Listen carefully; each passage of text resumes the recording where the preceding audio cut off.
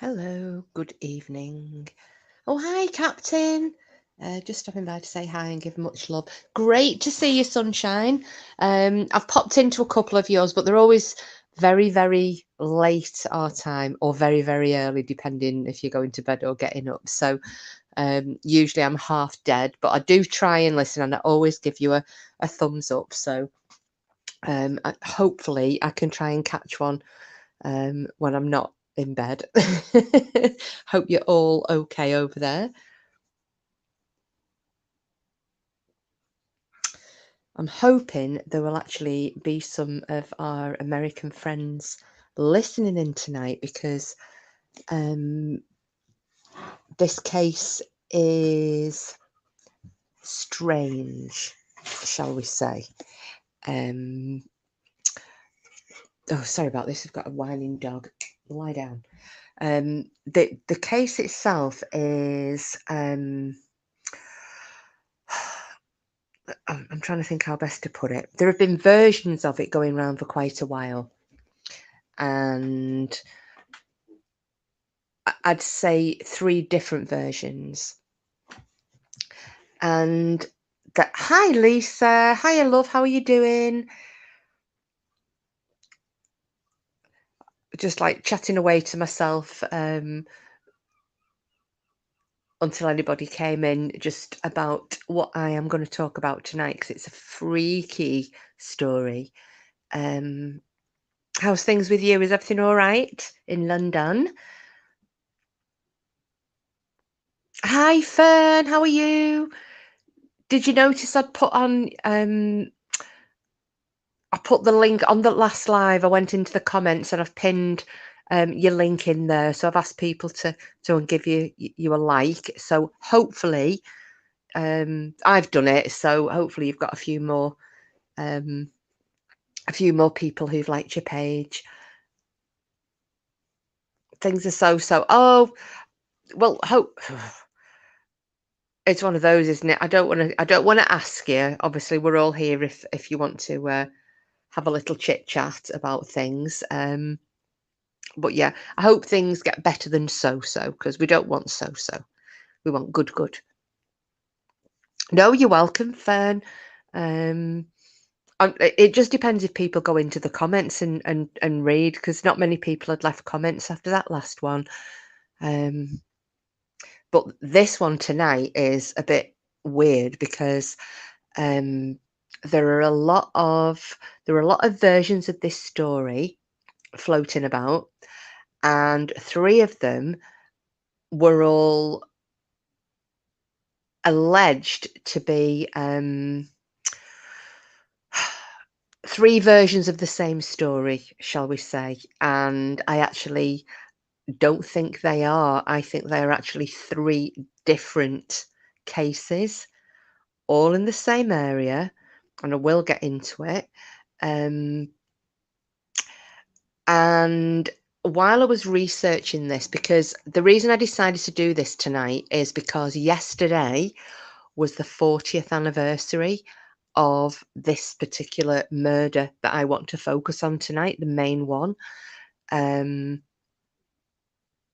Dogma is fantastic, isn't it, Fern? You're waiting for your son. Oh, do you know, it's been actually quite nice here today. It's just seen you've put it's grey and miserable. It's actually been quite nice. It was very, very cold this morning. It was icy, but then by lunchtime, it was quite warm. So I've no idea which way the wind's going to blow tomorrow, but whatever. As long as it doesn't rain, I'm not bothered. But yeah, going back to this one. So, and I can't remember if it is. Hi, Green Eyes. Oh, I'm glad you made this one. Who can anybody remember who it was who has been into talking about the Nephilim? Was that, I couldn't remember if it was you, Lisa, or if that was Simples. And I've probably got it completely wrong. You are up with the birdies. Well, at least you can listen to a scary story, Green Eyes, without it being in the dark and getting all. Oh, so you like the Nephilim, right? Okay. I just remember somebody's brought it up in chat before, um, because when I'm going through this story, one of the researchers that I've been looking into, who has researched this, has made some links with Nephilim, and I'm like, oh, okay. So it's yeah, I just thought it would be something interesting. Like I said, especially as yesterday was the 40th anniversary of the main murder that I want to talk about, or murders I want to talk about. Fallen angels, Lisa. You know, if you ever hear about anyone mentioning the Anunnaki or the Nephilim and the giants of old, and the evil giants and so on. And yeah, apparently the fallen angels living amongst us in a variety of forms, shall we say. Oh, oh, right, Green Eyes. It must have been you then who's been talking about it.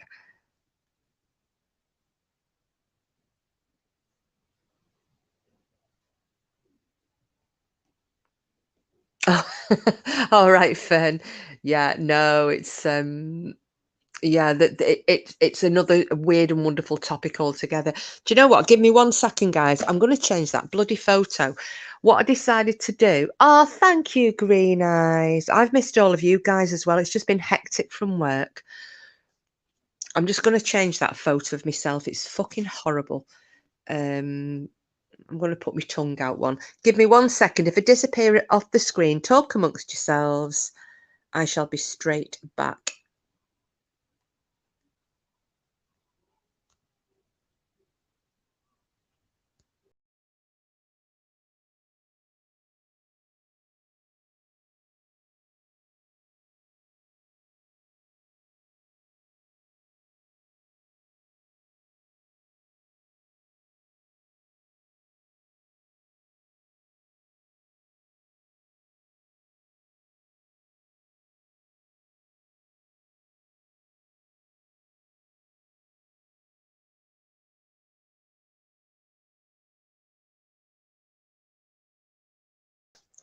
Right, I'm back. Sorry about that. I think I prefer myself with my tongue stuck out. Oh, you're not up on your beasties, are you, Fern? Well, this is just something that, like I said, as most of you know, and I've talked about it before, these dog men are ones that I've got into during the first lockdown. You know, it was just purely by chance. And I was like, oh my God, this is fascinating. And then I binge listened to, I can't even tell you how many episodes of Dogman Encounters, and Dogman Calm. And oh, I was on all of them. Bigfoot Encounters Radio. Yeah, there was all sorts of things. And it's only by watching that I've then become more aware of these other branches of cryptozoology. So I'm no expert by any stretch of the imagination. However, I'm fascinated by it. Oh no, you've had the flu. Oh, one of my colleagues yesterday, Fern, she sounded a bit chesty, and I didn't realise this, but she's because I've missed the different team meetings when she's been there, but she's had a chest infection. Okay, full of all sort of nasty viruses. PCR test came back clear for COVID. Oh well, that's good. At least Mr. Ballin has some great stories, but he makes no claims as to what creatures could be. Do you know, I'll be fair, Lisa, I don't blame him, because depending who your followers are, for somebody like him, because he's such a good storyteller, and given his Navy SEALs background, if he were to put a name to a particular creature, I think that it would bash his credibility quite a lot. Moving into crime a lot now. Well, that's where the money is, though, isn't it, Lisa? Do you know what, Green Eyes? I meant to ask you this morning when I was on text to you to say, when's your mum due? Oh, what day does she arrive?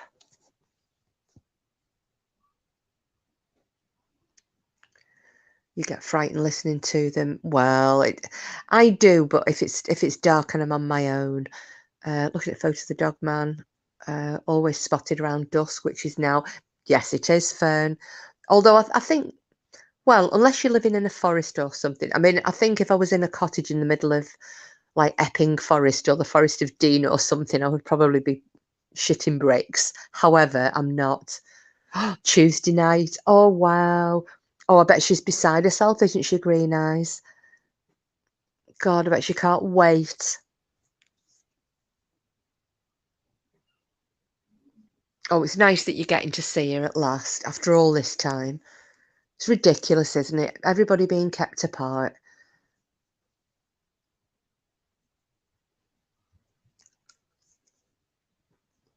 Oh, sold a kidney to pay for a business class ticket. It's ridiculous, isn't it?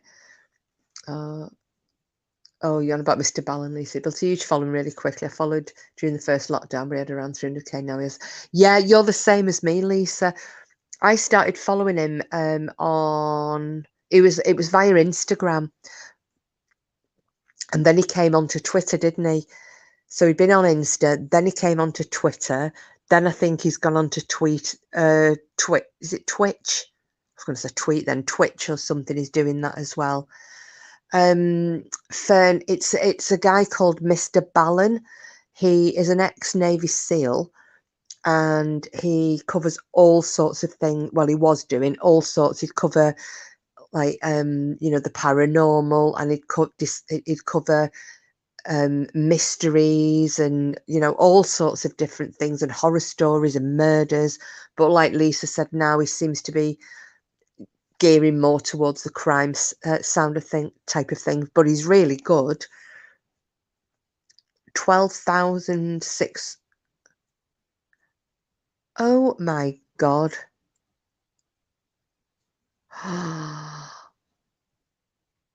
That's ridiculous for a flipping plane seat. I'll tell you what, though, it, I'm hoping that she gets it, because if you've seen, I don't know if you've seen the news over there about what's going on in this country, all the people missing the flights, not getting on flights, bloody flights being cancelled because they can't get the staff, to the airport staff to get people off. And there was a story before, there was a family who had missed their and it had cost them thousands this particular holiday, and they'd missed the flights because of the delays in the airport due to no staff. They're absolutely destroyed.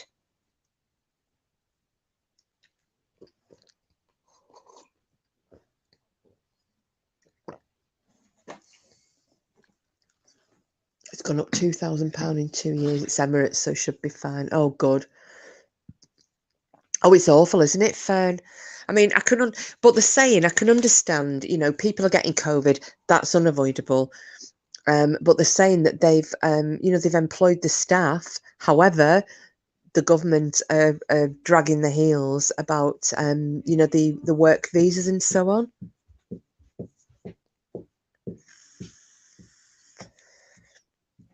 Anyway, so long as hopefully people will get to go away and do what they do. So, and as long as your mum gets to see you next week, that's the main thing, isn't it? So, what time are we on? I'll give it a couple more minutes, and then I'll dive right into this one. So, has anything else been going on YouTube streets? Anything I've missed?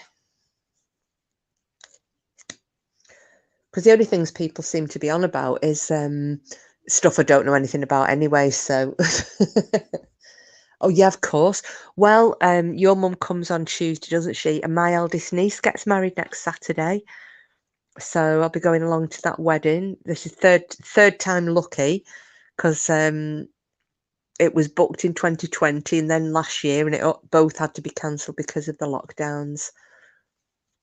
Tell us to get back to normal, then we end up in May. We do, Lisa. Hiya, Paula. listening in bed. Oh, do you know what? I wish I should be broadcasting from bed. I'm tired. How are you feeling now, Paul? Are you properly on the mend, are you? Loads in the Summer Wells community. If you thought Chris Wass was bad, this is insane.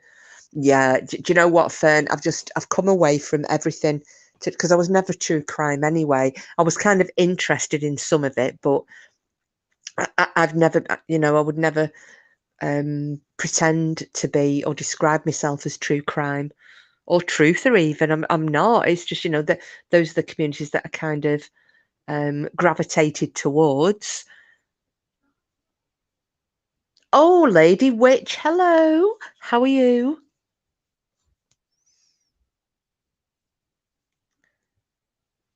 Nutty Bunch. Oh, all that on the Summer Wells. Oh,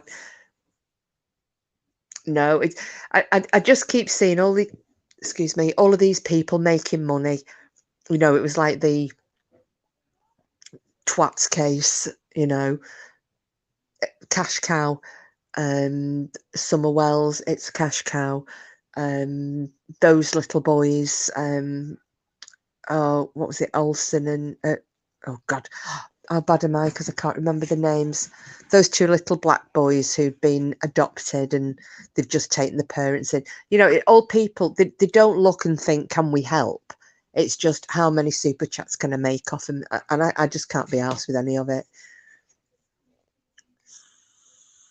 And like you've just said then, they're a nutty bunch, but I think for the most part, most people are, oh, Dodgy Dave. Oh, I can't stand that dirty dog.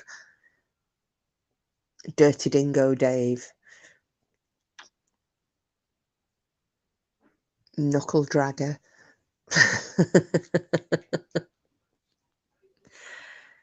And how's Lady Witch today? Are you still? I'm hoping, Lady Witch, that you're going to know a little bit about what I'm talking about tonight. Land Between the Lakes. Because it's not something that we would tend to have heard of. Or that we have really heard of over here in the UK. So I'm just interested in it because it was the 40th anniversary yesterday. So earlier in the week, I started planning doing this live for tonight. I wasn't sure I'd have enough information, which is why I kind of only put it up this morning, just to give everybody a little bit of, oh, you've been camping there. Oh, my goodness. Oh, right. Oh, well, anything you can throw in then, please, Lady Witch. That would be great. You despise that man. Do you know what? I don't know how anybody can find anything redeeming about that mess of a man. I really don't. He's horrible. He's misogynistic. He's vile. Yeah, he makes my skin crawl as well, Lisa. He's just the type of guy who you really wouldn't want to be following you home or to be stuck in a lift with on your own.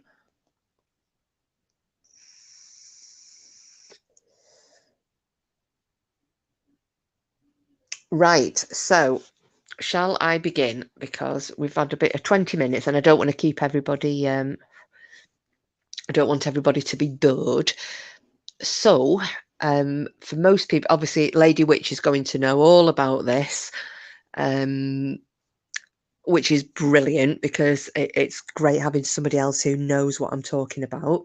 Some of you may have heard little bits about it. Probably most of you haven't. I hadn't until probably about a year ago. I first heard about this, and then I kind of forgot about it until the beginning of the week, and then remembered that it was the anniversary this week, and thought, right, that will make a good live, hopefully. So I'll give you a little bit of background. The Land Between the Lakes is it's like a national parky recreational area. And the bit we're looking at is in Tennessee. And I think, please correct me if I'm wrong, but I think part of this Land Between the Lakes I think does it go into Kentucky as well? But this little bit we're looking at is in Tennessee. Now,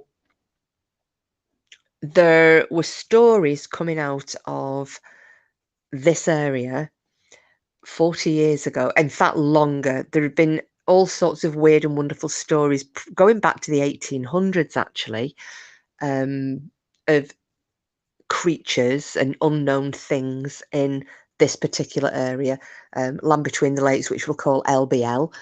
And it kind of all came to a head in the 1980s, because stories started to circulate that there had been an horrific murder at a campsite in LBL. Now, these stories were varying. They would be kind of similar, but every time, 3 particular stories were the most repeated. And of these stories, they'd have some there were some commonalities there. The similarities were very obvious, but then, let's have a look. Lady Witch, it's a sore spot with the natives in the area. They feel it's a story made up for money to bring curious people into the area. Yeah, and I can understand them feeling that way, Lady Witch. I did watch a live of, there was one guy who is a Native American from that area who was fully supporting the story that obviously you and I are discussing, and we're talking, we know what I'm about to talk about, whereas other people don't, other than what they've seen in the title. But this native guy, and he was fully behind what people are saying is happening out there. But he said the natives do not want to talk about it. They don't want to talk about it. Talking about it's a bit like Skinwalker, and that the more you talk about it, the more power you're giving it, and the stronger it becomes.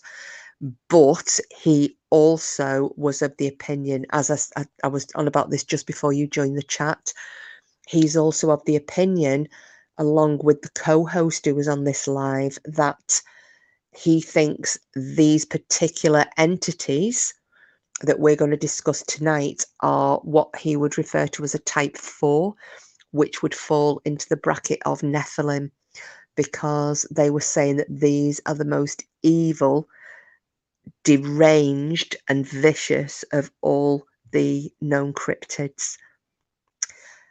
And I'll just leave that there for now. So let that one sink in with you all. So these different stories that were circulating all seemed similar to it. So you could be forgiven for thinking that, it's one story and somebody's changed it and added a bit on here, and then someone else has heard it and they've added a little bit themselves. And not the mineral. No, Fern. And then this main story that I'm going to discuss, you hear versions of it where basically, I'm just going to give you the very bare bones of it, but then I'm going to get into it. The story that you heard was that a family of 4 had been camping. They were in a camper van or a motorhome, whatever you want to call it, a trailer. They were in a camper van, big posh thing, out in LBL, and the bodies were found about an hour after they had arrived at the campsite, so they hadn't been there long. Another set of campers rocked up, and they found. Don't worry, Fern. Don't worry. I'll leave it up, and hopefully you can have a good listen and see what you think. Hopefully, catch you later, sweetheart. So and this is, as I said, this is just the story. They apparently more campers turned up. They spotted bodies in pieces, so legs and heads and arms torn off, and they spun their vehicle around, hightailed it into the nearest town, got the local police department out, who then rocked up with I think it was like Army Rangers, FBI, CIA, you know, Uncle Tom Cobley and all, and they all turned up there, and then they found this is, and as I said, this is the story. They find the father, the son, ripped to pieces outside of the camper van. Then they went inside the camper van and they found the mother, who was torn to pieces. And then, following a blood trail, they then discovered the daughter, who was about 9 years old, her body at the top of a tree, about 30 foot up, which looked like it had either been carried up and placed there or thrown up. Okay, so that was the story that had been circulating until a year ago. And a year ago, a gentleman called Roger came forward, and he is, as far as we know now, because we don't, you know, somebody else may have come forward in the meantime since I watched this, but a year ago, after watching a program that had been put out on YouTube about the LBL murders of this family, he came forward and he said that he was actually there. He was with that family as a guest. He not only witnessed but survived this attack, and he shared his story. It was 1982, Lady Witch. 7th of April, 1982. Yeah. Have you heard Roger's testimony about that? Roger's, he was a 15-year-old boy at that time. And since he's come forward and relayed his story, investigators and researchers have started looking more in depth at the oh, just bear with me a second. I have to shut that door too. I can hear. I've got some sounds coming from upstairs. Since he's come forward, researchers have then started to look at the original story that was being told in 3 separate versions, and they've realised that actually this is probably 3 separate cases. It's not the same one. Yeah, it is.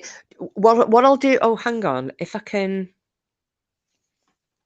bear with me 1 second. I'm going to see if I can put the link up, because if I can, then you can nab that for later.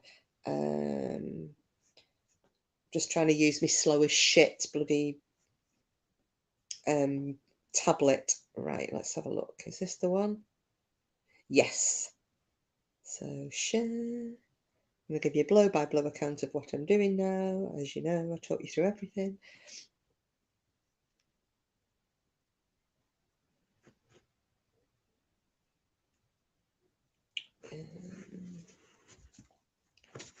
Gosh, Richard.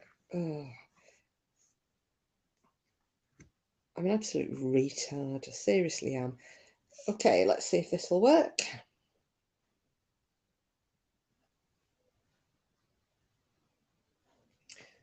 Right. There you go. So that is the link to the survivor's story. Now, hopefully, I'm not going to F it up, and I can do it a bit of justice.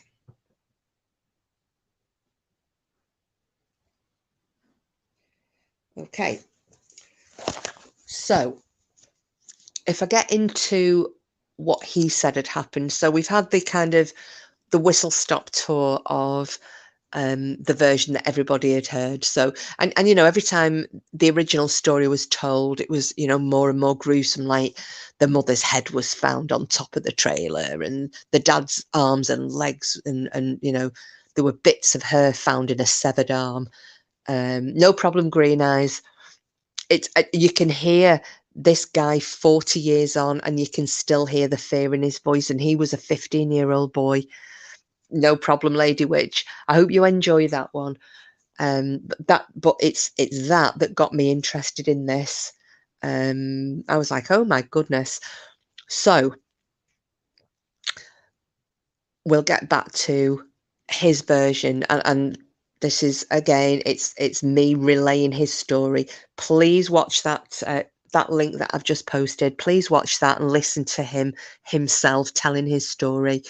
And it's virtually uninterrupted. The people who are interviewing him, they do let him just rattle off and tell what he needs to tell, and they do ask some quite good questions as well towards the end, just trying to clarify bits and pieces. And you can see that they do believe him, but they are trying to check certain things to see if it's stuff that he should know if he was there, and the not obvious questions that if you were making it up, you would have done the research on. Do you know what I mean?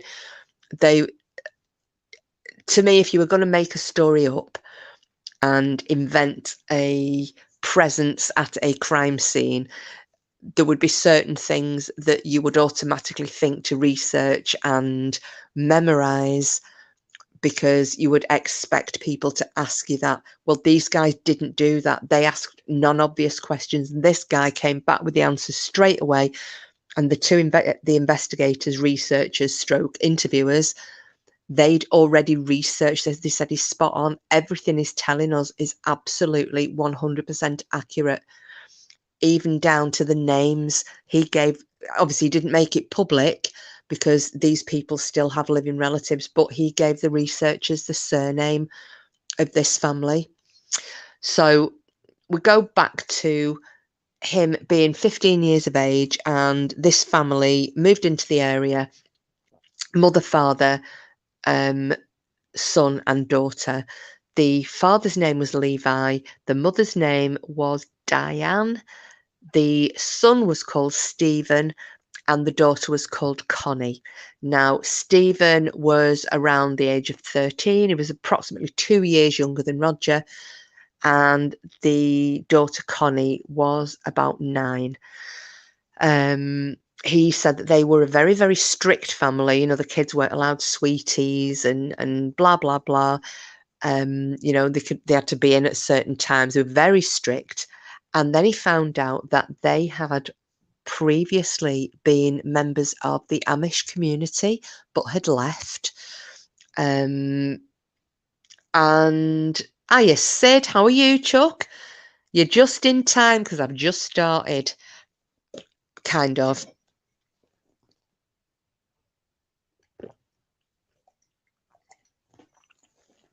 Sorry, I was just taking a swig of my pop.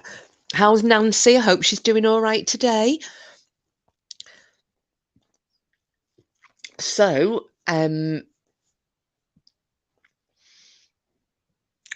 apparently, from what he said, he didn't know how the Amish community, handle people leaving or the circumstances under which they left. He had no idea. He presumed that the first names were new names, because although Levi and Stephen were kind of common names from within the Amish community, Connie and Diane certainly weren't. So he doesn't know whether, they'd left under a cloud, or what happens if... Hi, Captain Spaulding. How are you, lovely? I'm doing a story from your side of the pond tonight, so hopefully you may have heard of it before.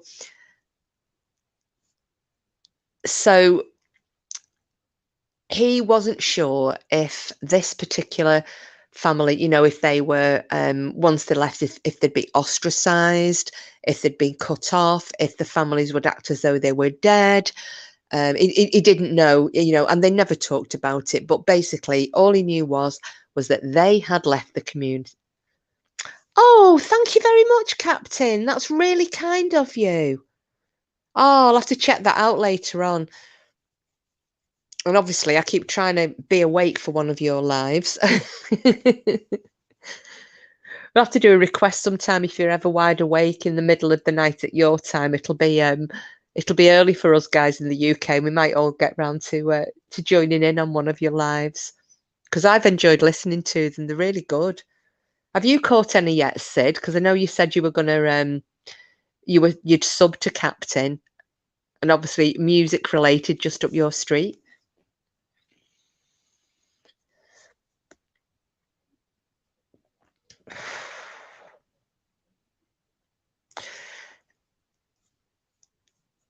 So I shall get back to my I'll get back to my little story. So the family never really discussed about their life in the Amish community. All that he did know was that when they left, because obviously they were, they're farmers. When they left the community, they sold everything. So they sold the land, machinery, house, all the belongings. So they did have quite a lot of capital behind them as they came out into, let's say, the inverted commas, the real world. So he'd befriended the son and the daughter, and the son, Stephen, was into very much the same type of activities as Roger was, bit of fishing, hunting, all the things that little boys like to do, young boys, and good wholesome activities, outdoorsy type of thing. And they did make quite a nice friendship. So this particular day, Roger and one of his relatives were in a vehicle driving past the family's house, and they noticed there was like a big F off brand new motorhome, or like a what do you call them in is it a camp? I don't know if you call them a camper van, a motorhome, like that, a Winnebago type of thing in America. I don't know what you guys call them, but we kind of call them camper vans over here, or a motorhome. So basically, there's this brand new, that for 1982 had cost a lot of money. It was the top of the range, and they stopped the car and they got out. They're having a little chat, and Levi, the father, was talking to Roger with his son Stephen. They're having a bit of a chat, and they said that they were planning on they'd only just bought this camper van, and they were planning on taking it on a tour, and seeing how it worked, and yeah, basically treating themselves to a little touring holiday. So they said, "All right, great," and they parted ways. And then later that evening, Levi and Stephen turned up at Roger's house and said, Stephen, so this is Levi talking. I'm just asking on behalf of Stephen, would you like to join us on our first outing in this camper van? And we're planning on going up to Land Between the Lakes, have a few days up there, do a bit of hunting, fishing, camping, make fires, roast marshmallows, that type of thing. But good wholesome fun and nice for the kids. So after clearing it with his parents, and Roger's parents were quite happy for him to go along, and off they set the next day. And this was on the 7th of April, 1982, that they set off.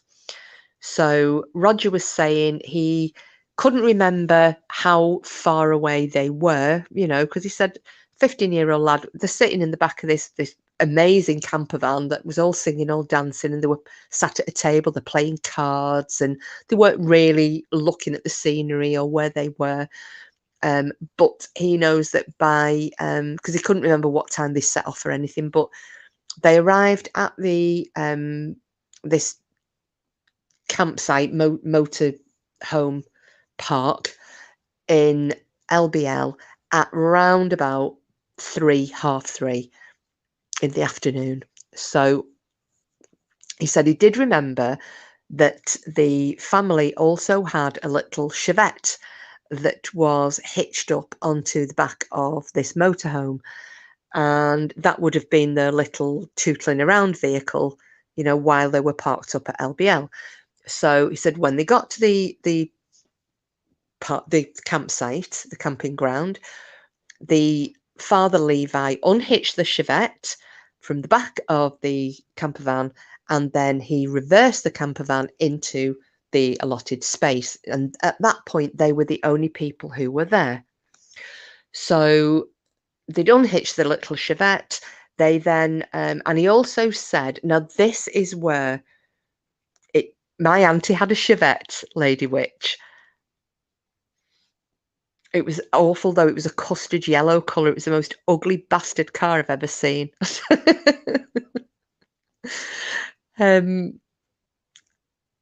But now this is where the stories are going to vary. And this is why we're thinking that there are two separate stories here. Because apparently, according to Roger, this brand new van, he did give the name of it, and it was like a very expensive camper van for the time. It was self-leveling, so there was none of this getting out of the vehicle and getting a crank and trying to wind the little legs down until he made it level. This actually was a push of the button and it's self-leveled. Now, one of the stories going around was that the father was out at the front of his trailer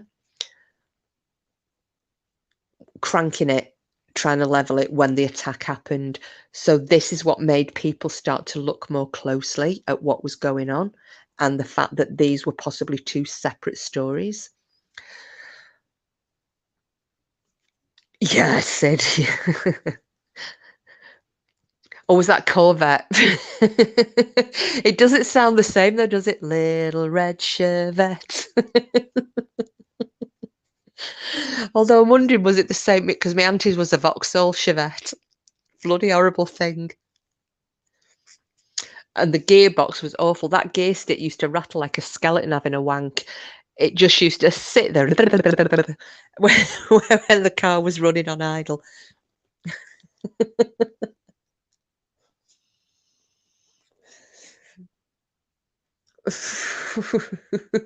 Yeah, I don't think Prince would have done as well singing Little Red Chevette.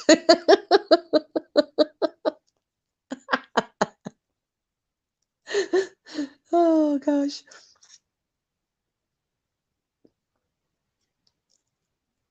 Oh, dear me. Right, so they've parked up, they've self-leveled the vehicle, and the father Levi and the son Stephen are outside, and they're grabbing a few bits of wood and what have you to make, twigs and a few fallen branches, and they're going to get ready to make a fire.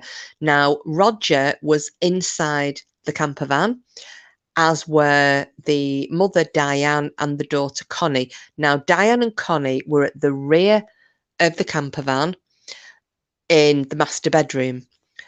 Roger was standing on, so if you were looking down from above at the camper van, imagine the bit, the bottom of it is the master bedroom at the back. You go up to the top bit, that's the front, and on the right hand side, just more than halfway down from the front, was the main entrance. Okay, that was the main door into the the main part of the camper. If you go back to the top again and to the left, that was the access to the driver's, like the driver's door. Okay, at the very top. Right. So now, if you can picture that in your head, Roger is standing just inside the main door. The door was closed because at this point now it's about 3:30ish. And it is just starting to go a little bit dusk because of the location. And it's not very warm either. So all the doors and windows of the camper van are closed. So things going on outside are quite muffled, but Roger heard some talk, like voices, raised voices. So he went to the door of the camper van and he opened it.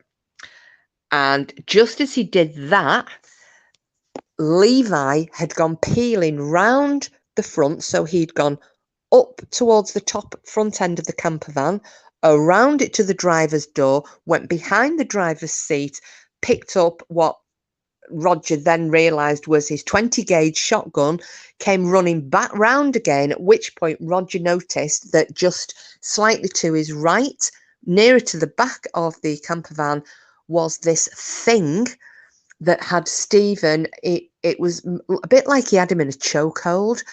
He had him from behind. He was off the floor. He looked like it was biting his neck. Levi then appeared from round the front end. He'd obviously been loading and cocking this shotgun as he came, and he opened fire on this thing. Now, what Roger said was that Levi shot his son as well, but he thinks at that point, from what he'd witnessed, the son was already dead. But one shot went into the right shoulder, partially into the neck and the right side of the face of this creature, who then dropped Stephen and launched at Levi. So he ran past the door where Roger is just in shock, ran past and just killed Levi. Levi then landed on top of his shotgun. There was another gun handy, which was a... Oh gosh, I've got to find my notes. I'm sorry. I was going to say, was it a 420? Bear with me a second.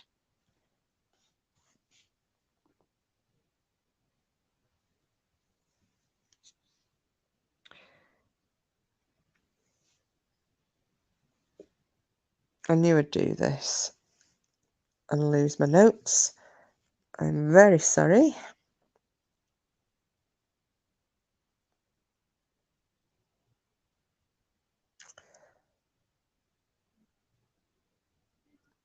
Right. Ah, okay. It is a... I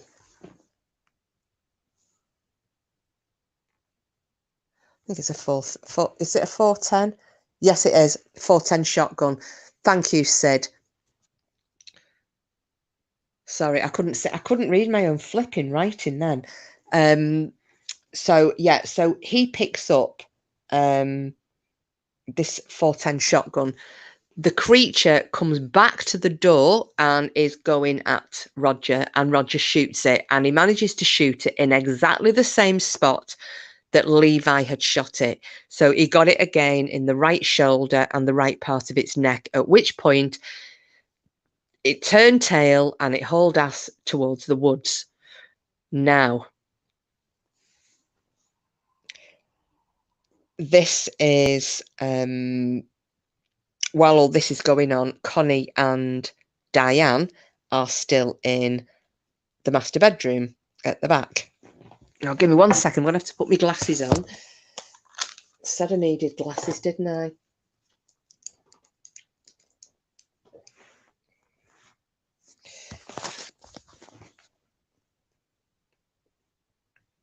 Okay.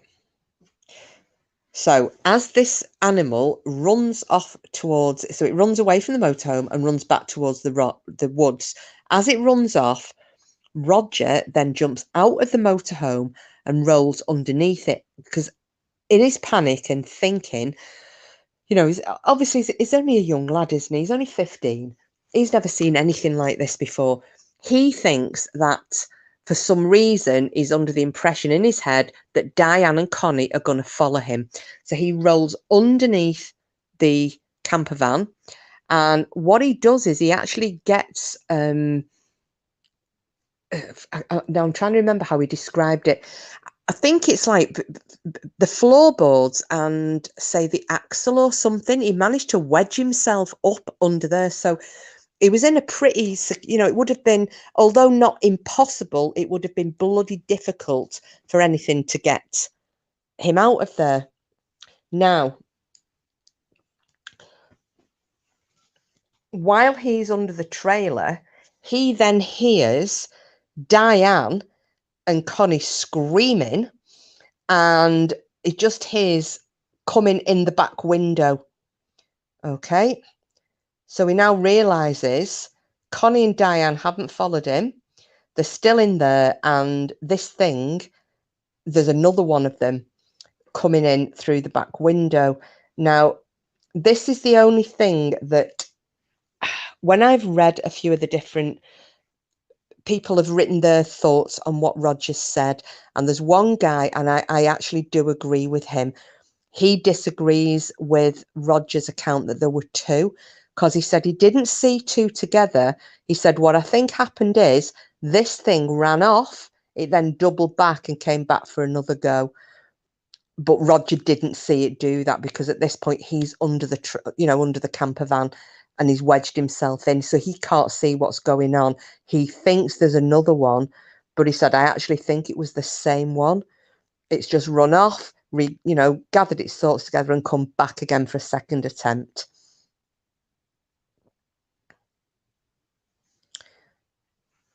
So that's where we are at the moment. Now, he then hears this thing has got into the camper van and is attacking Diane and Connie. There were a few different accounts of people saying that, that they'd heard reports that this thing was about 12 foot tall. It was carried away in a military style vehicle when they'd found its body, blah, blah, blah. Like I said, there's many stories going on. However, Roger said that the one he saw was 6'4", 6'5". It was no taller than that, because one of the theories is that if this was a 12-foot dogman, even if it was an 8-foot dogman, it would have had a lot of difficulty trying to move around to the extent that it did inside that camper van. Something of that size, not only getting in there, but then having, the ability to move around and jump around in an enclosed space like that. So, but he said all along that it was about 6'4", 6'5". It wasn't this massive thing. Now, he heard this attack going on and then it finished. And he heard this thing leaving and he waited. Now, he said he doesn't know how long. He thinks it was about 15 minutes. Now, whether that's his adult brain trying to rationalize it and say, yeah, it must have been 15 minutes, or if it genuinely was, I don't know. I would think it was probably longer, but he seems to think it was around about 15 minutes. He then extricated himself from his little hidey hole, came out from underneath the camper van. He saw the bodies of Levi and Stephen. Now, Levi he had some big gouge scratches on his back and what have you, like someone had gone down him with knives, but it was the claws of this thing. And he is lying on top of his shotgun. And Stephen is lying where the thing had dropped him. There's just blood everywhere, and he just peels out of there. He just goes, and because he doesn't know where this thing is. And I felt so sorry for him because he said, I was a coward. It was a 15-year-old boy. What was he supposed to do? He did what he could. He shot at the damn thing. He thought there were two of them, but it didn't matter because it was the same one and it came back for another go. He did the best thing. He hid, and what could he have done? Because when he was telling the story, he said, if only if I'd got that gun from underneath Levi's body, if I'd made sure they'd followed me, and you can see that he's lived a lifetime with this, the guilt. So anyway, he legs it out of the campsite. He gets onto the main road. He said, there's a blue pickup truck coming. He flags the guy down. The guy stopped. It's a local farmer. He is trying to explain what's happened. He said he gets in the van. He's so shaken and frightened. He's sitting on the floorboards in the van rather than on the seat. He said the farmer took him to his farm, which was relatively close by. Now, again, he used the same amount of time. He said it was about 15 minutes drive away. I don't know why he's fixated on these 15-minute things. It could just be the trauma that he's gone through has latched onto a particular time scale. I don't know, but I just found that a bit funny. It was another 15 minutes. I've not noticed anybody else making picking up on that though in their research or investigations, and it probably doesn't mean anything. It was just something that I noticed. So this farmer takes him to his house, and he gets on the phone and he rings the police. And then Roger says, well, actually, I don't know if it was him or his wife, because his wife was in the house and Roger stayed sat in the kitchen. So the police came out, or sheriff or wherever it was, they came out to the farmhouse and they took him, Roger, with them. Now, he said there was an agent called Walt. He said when he got there, there were police, there were military, there were, is it the Department of Natural Resources, DNR? They were there.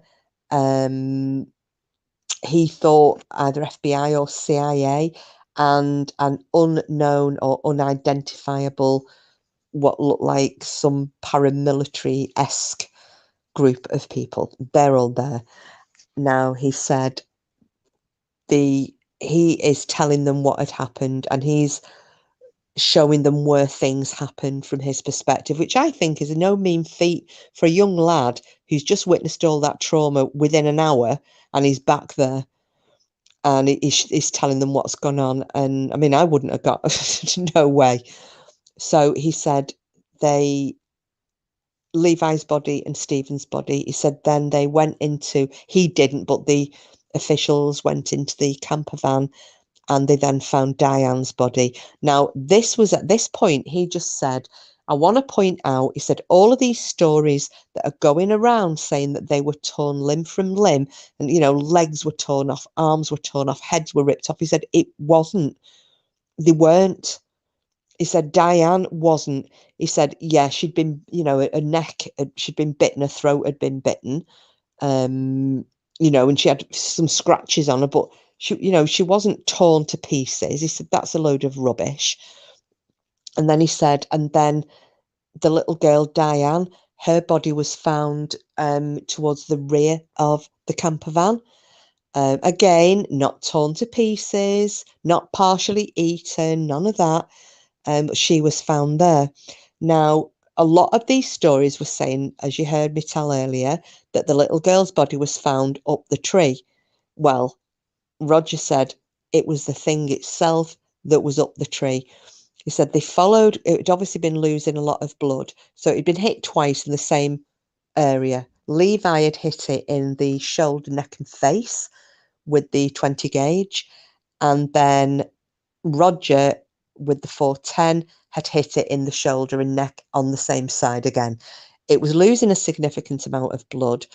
What they think possibly has happened is it had intended to carry off the little girl once she was dead, maybe to eat her at a later date, who can say? But it was weakening through blood loss, dropped the girl at the back of the camper van, tried to then make it to a place of safety, found a tree, climbed up it so that it wasn't in a vulnerable position, maybe to have a rest, passed out through loss of blood and subsequently died up there. So that's the thoughts. Hi again, Lisa. Now, he described this thing, and it does sound like a dogman, but quite a few of the researchers are also claiming that it was a werewolf. That they obviously can tell the difference, but I'm just going to tell you what Roger described it as. So as you heard, he said it was around about 6'4", 6'5". Said it was very muscular on its upper body. It had very muscular legs. No, Lady Witch. There is not. There are people who claim that they have a friend who was one of the LEOs who attended. But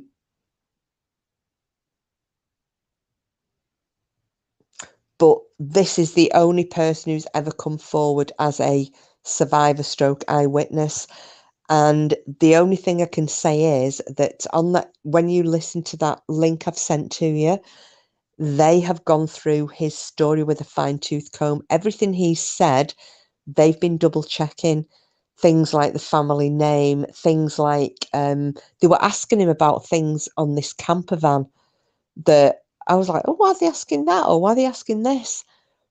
Weird things, and when you got there, what did you do then? And did you do this? And did you do the other?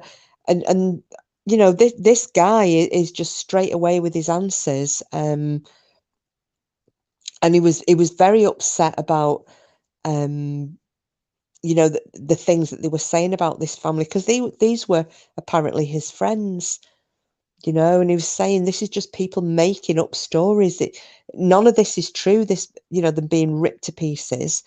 Now, there is, bear with me 1 second, because there was there was a guy called Victor who was a special agent. Let me just see if I can find him. Let me see. Right, so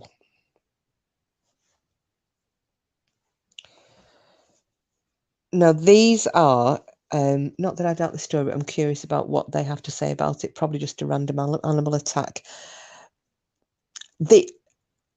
To be fair, it's really difficult to find any information, Lady Witch, and apparently there were a few murders occurred in a similar area. There were two, they were sisters, and they went missing around about the same time as well. The bodies were found.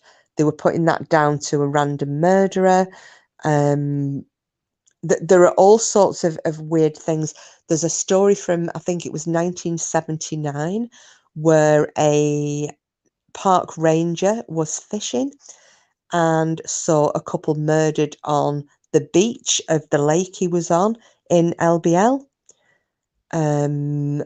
There is a report from, he's a retired former police officer who has been talking about things he's seen and the fact that they are covering it up, like the government or the, local police, military, CIA, what have you, because he actually said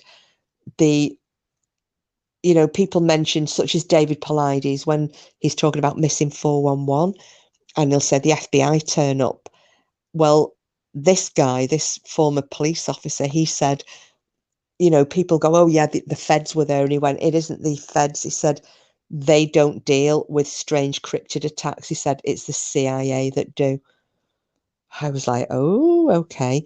But he said a lot of the time, they kind of outsource these type of incidents.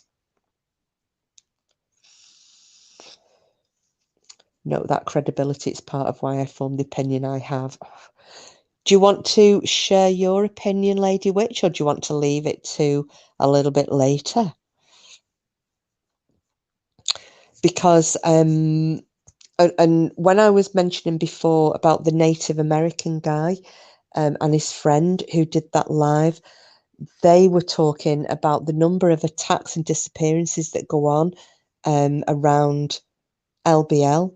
And he said they hush them up, they downplay them, or they don't want to talk about them at all, because land between the lakes, said LBL. He was saying because the revenue that comes in from, for the holiday industry, the hikers, the campers, the hunters, they do not want to lose that revenue, so they downplay these things or they hush them up because it's all about the revenue. So I do not know. I do not live there. but it was weird him saying about the fact that the local native people do not want to talk about this. They don't mention it. They have a name for it, which is, I think they call it hairy savage or something. It's the weirdest thing.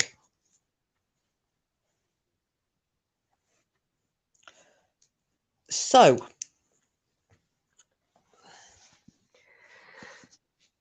if I just mention, so these three main stories, Bet Smithsonian got involved. Well, they get involved in everything bloody else, don't they, Sid? If there's something that is slightly against the ordinary, Smithsonian's in there and wrapping it up and shipping it out, aren't they? But that's the native guy. Before I go on to these other cases that we think all became amalgamated into one wrongly. He's one of him and his friend are the ones who are classing this as, the saying, it is not a dog man. It's not a werewolf. He said they think that these are Nephilim. Oh, let's have a look. Lady Witch, bearing in mind that none of these stories came out until after the natives were forced to move, I don't think it's a skinwalker. I think it's an egregore called up by those people. Oh, what's an egregore? I'm presuming it's so. Is it some form of a bad spirit, Lady Witch?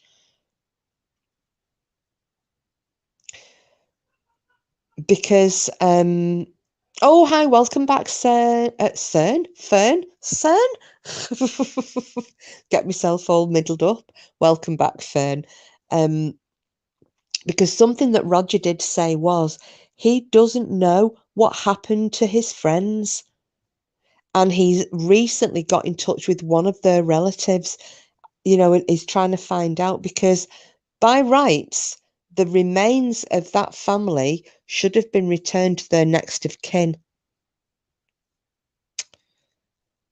And it doesn't sound like they were. So what happened to them? And that's what he's been asking. And he said, have they just been put into a random grave somewhere, unmarked grave? And then that begs the question that the other people who have been murdered potentially by this thing or things, where have they been put? And are their bodies, because they're not at rest, is that helping to exacerbate the already bad juju around that land, brought about by the anger as they were forced to move, and it's still there defending the land against those who force the people out? Think government uniforms. Yeah.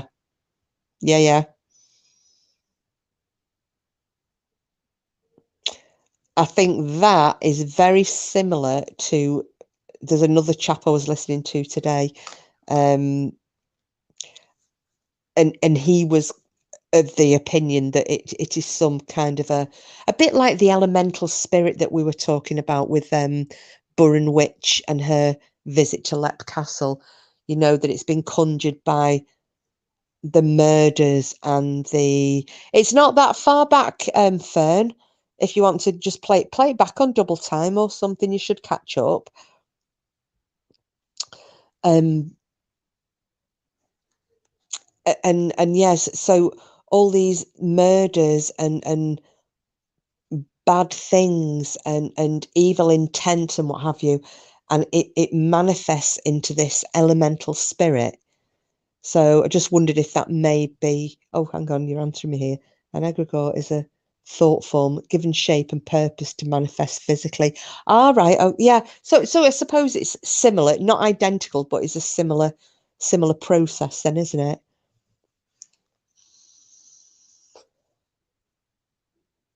So we've got 3 potential different murders that have all happened in that particular area. Now, these were the ones, when you look at them closely, you can start to separate them out. So if we start off with Roger, who we've just gone, there's just a few pointers here. So we'll call his case 1.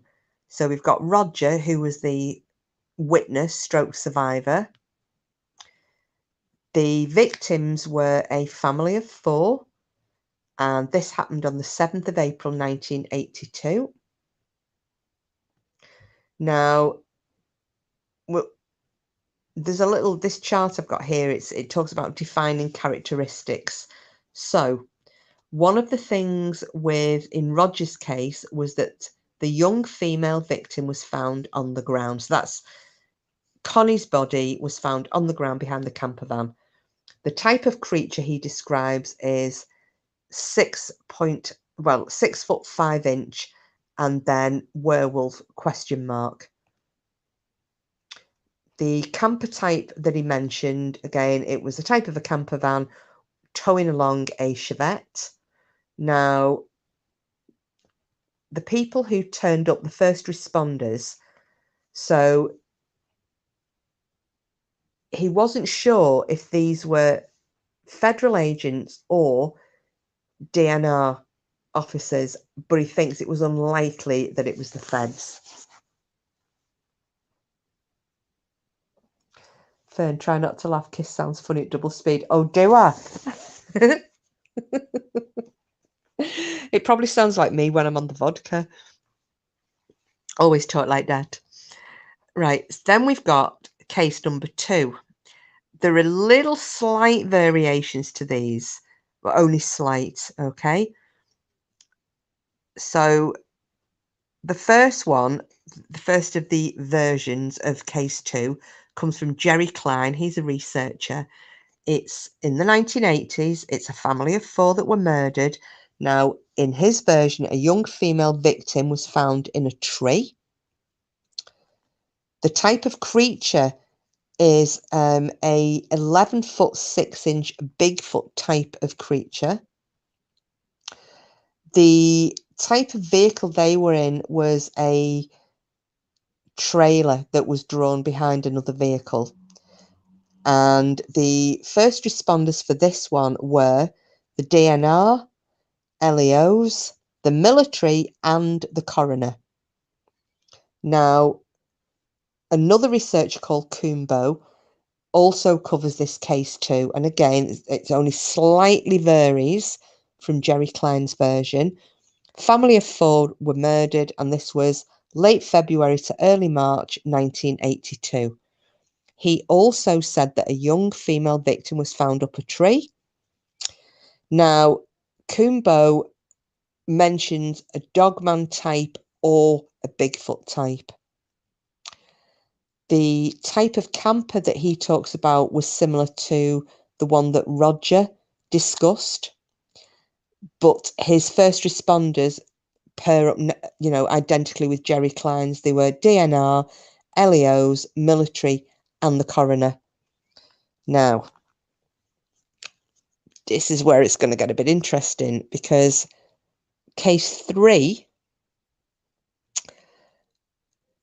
has been 2 different people again have come up with this, and one of them is a guy called Victor. I understand that Victor recently passed away.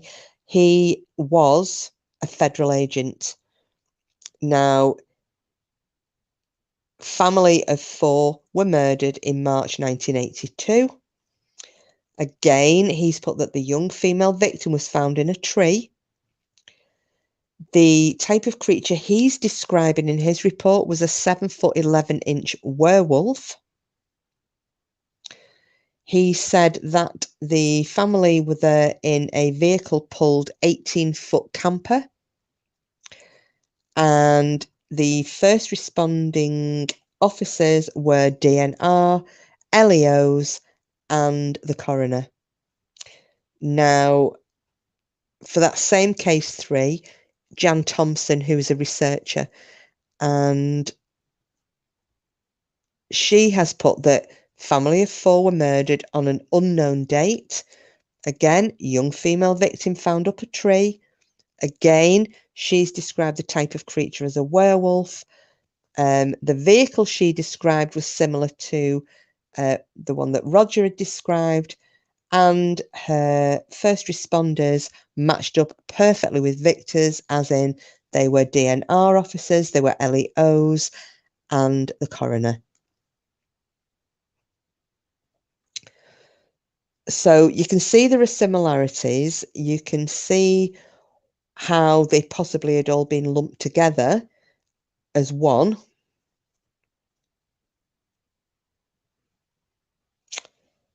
Now,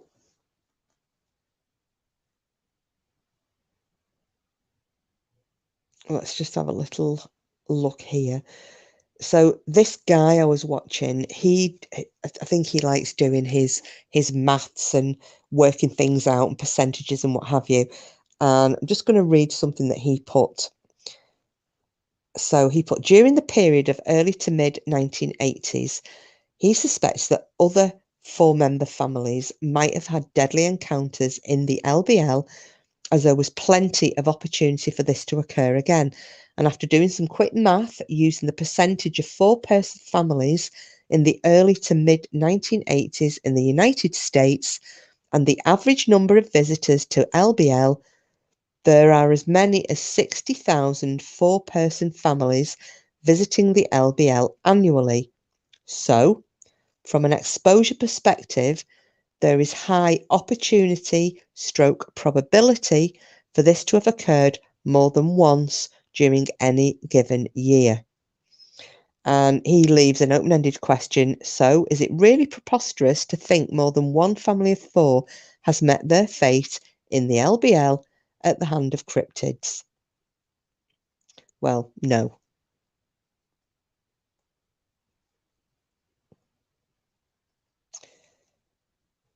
So,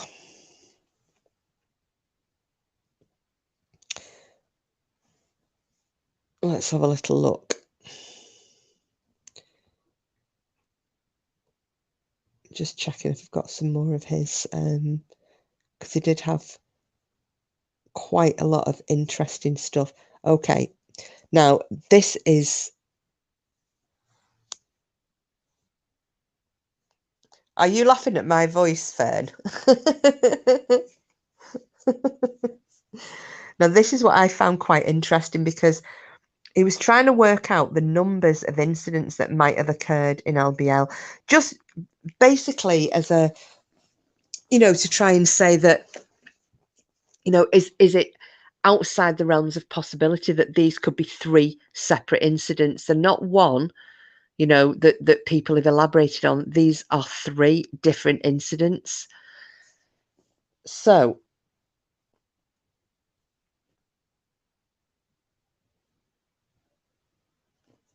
he mentions that,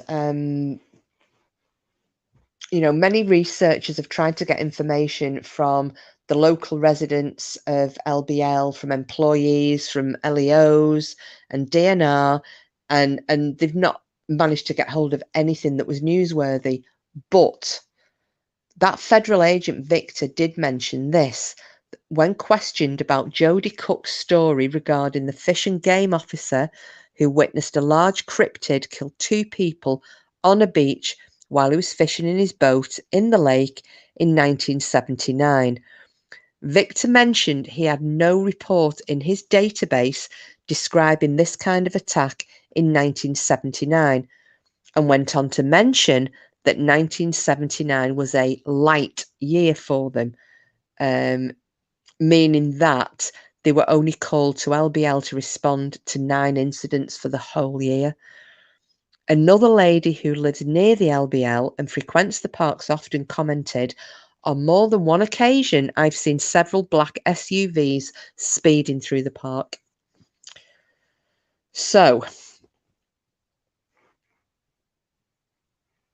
Victor claiming that 9 incidents was a light year for the LBL. If we're calculating a conservative estimate based on those comments, and we use Victor's light year number and reduce it by half, just for the sake of argument, to 4.5 incidents a year, that would be 189 incidents to date. So If we want to make it a little bit more conservative for some people, if we reduce that by half again, that would be 95 incidents. This excludes any of the years prior to 1979, by the way. So we're looking from 1979 up to the present date. Now, the Cryptid Studies Institute mention that they know of perhaps 13 incidents that involve fatalities in LBL. So those kind of numbers suggest a strong cryptid presence. But do we know how many cryptids there or what kind of cryptids they are? I don't know if anybody's got any ideas, because we're hearing all sorts of weird and wonderful things coming out of that area. You know, most people seem to think dogmen or werewolf.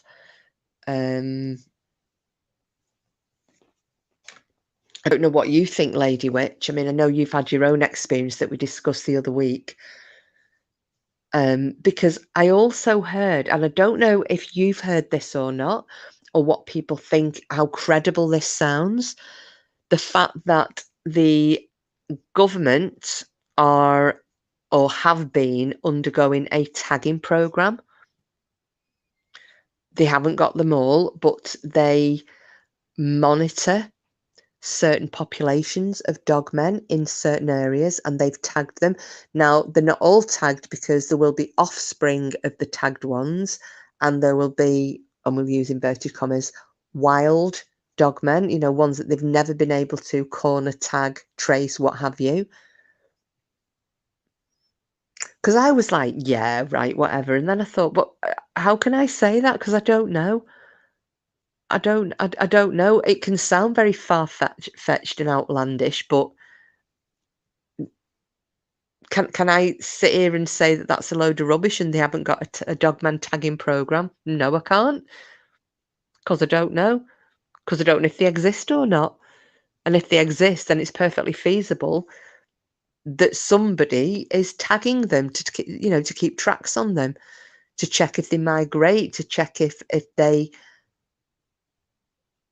Lady Rich, I personally didn't see anything. However, I do believe it is because I was there with a group of Native Americans and therefore not a threat. Did you feel anything when you were there, though, Lady Witch?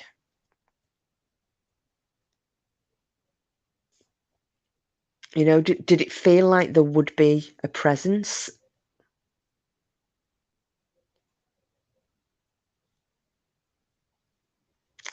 Every time I look at my Pomeranian Chihuahua, I see him as a tiny dog man. Well, they've got a big attitude, though, haven't they, Joe? And lovely to see you, chicken.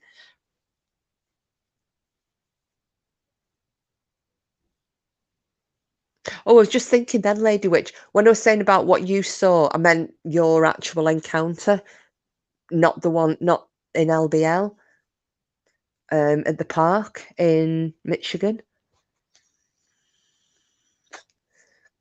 And how's Joe tonight?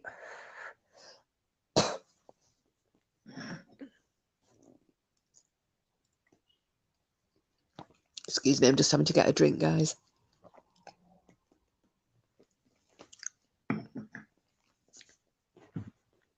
You ever hear the phrase, the woods have eyes? We were definitely watched but not disturbed. It's freak, isn't it? Because some of the stories I'd heard as well about LBL were that one family were attacked, and you may have heard this already, Lady Witch. One family was attacked because the mother was, you know, one of these, she liked her perfumes and a oh, I gotta watch the beginning of this one. Having a great day at the plant store with my girl. Oh, Joe, have a lovely time.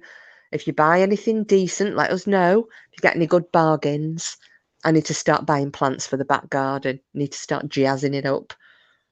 But yeah, hopefully you like this one. It's just more for discussion than anything. But yeah, I found the story quite interesting.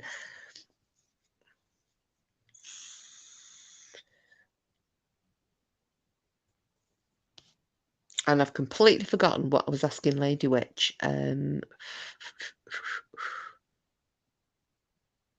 It'll come back to me, I suppose, eventually.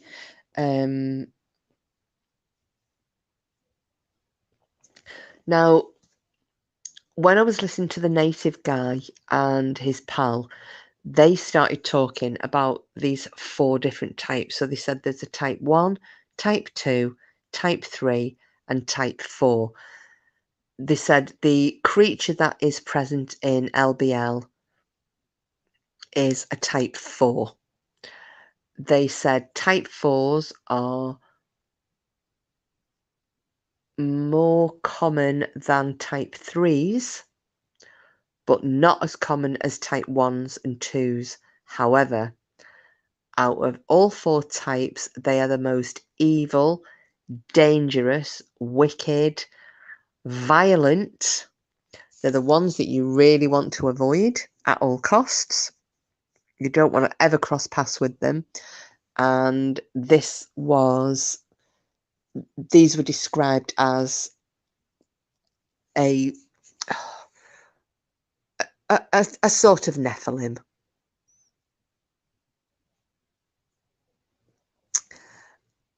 They apparently were written about by Teddy Roosevelt in a book, and he was given an encounter by one of his employees, and he's put it in his book. Now, if I can find the details of that again, it was something that I should have written down and I didn't. It had the name of the guy, and it was just one of those things, and I thought, oh, I'll come back to it later on, and then ran out of time and didn't do it, and I should have done.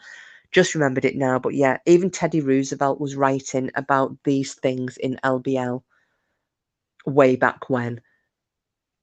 There are encounters that are apparently in the newspapers going back to the 1830s. There just seems to be a great reluctance on the part of the locals to want to talk about it, and not just the native people. These are, other people who are living there who do not want to speak about it. And is that, I'm like, is it because they think it's a load of shite, or is it because they're frightened of bringing this down upon themselves? I really don't know. Lady Witch, not at all fun. Things were normal, but you could tell that something was there paying attention to us. But it wasn't freaky, just a feeling that you should watch your step. Oh, I've remembered what I was saying. Thank you. Yeah, one of these families that were attacked, they were trying to blame the mother's inclination, shall we say, for drenching herself in high-end cologne. And they were trying to say that the scents were aggravating to the dogmen, and this caused them to attack. There have been theories put forward that these dogmen were giving indications to the families when they rocked up in the camper vans, but doing it in dogman language, that you need to move because we've got babies nearby, and if you don't move, we're going to eat you. And obviously, people being people, not understanding these dog-like warnings, stayed. Well, this is it, Lady Witch.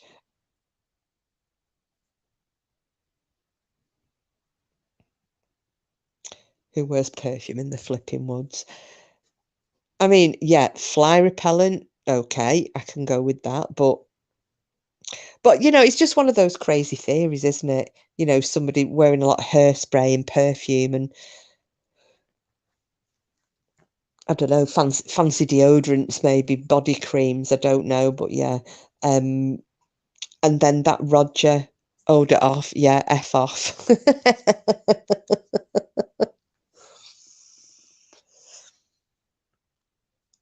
So yeah, so I really don't know. I mean, it seems to me I would be inclined to think Dogman.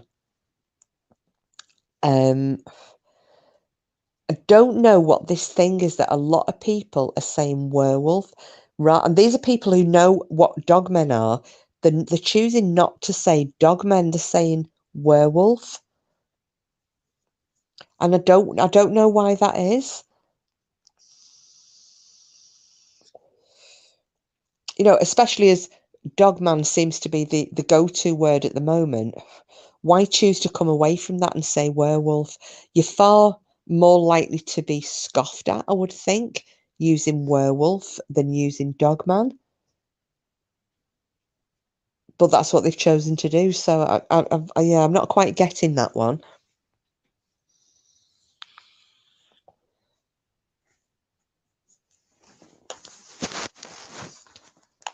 So I don't know what you think.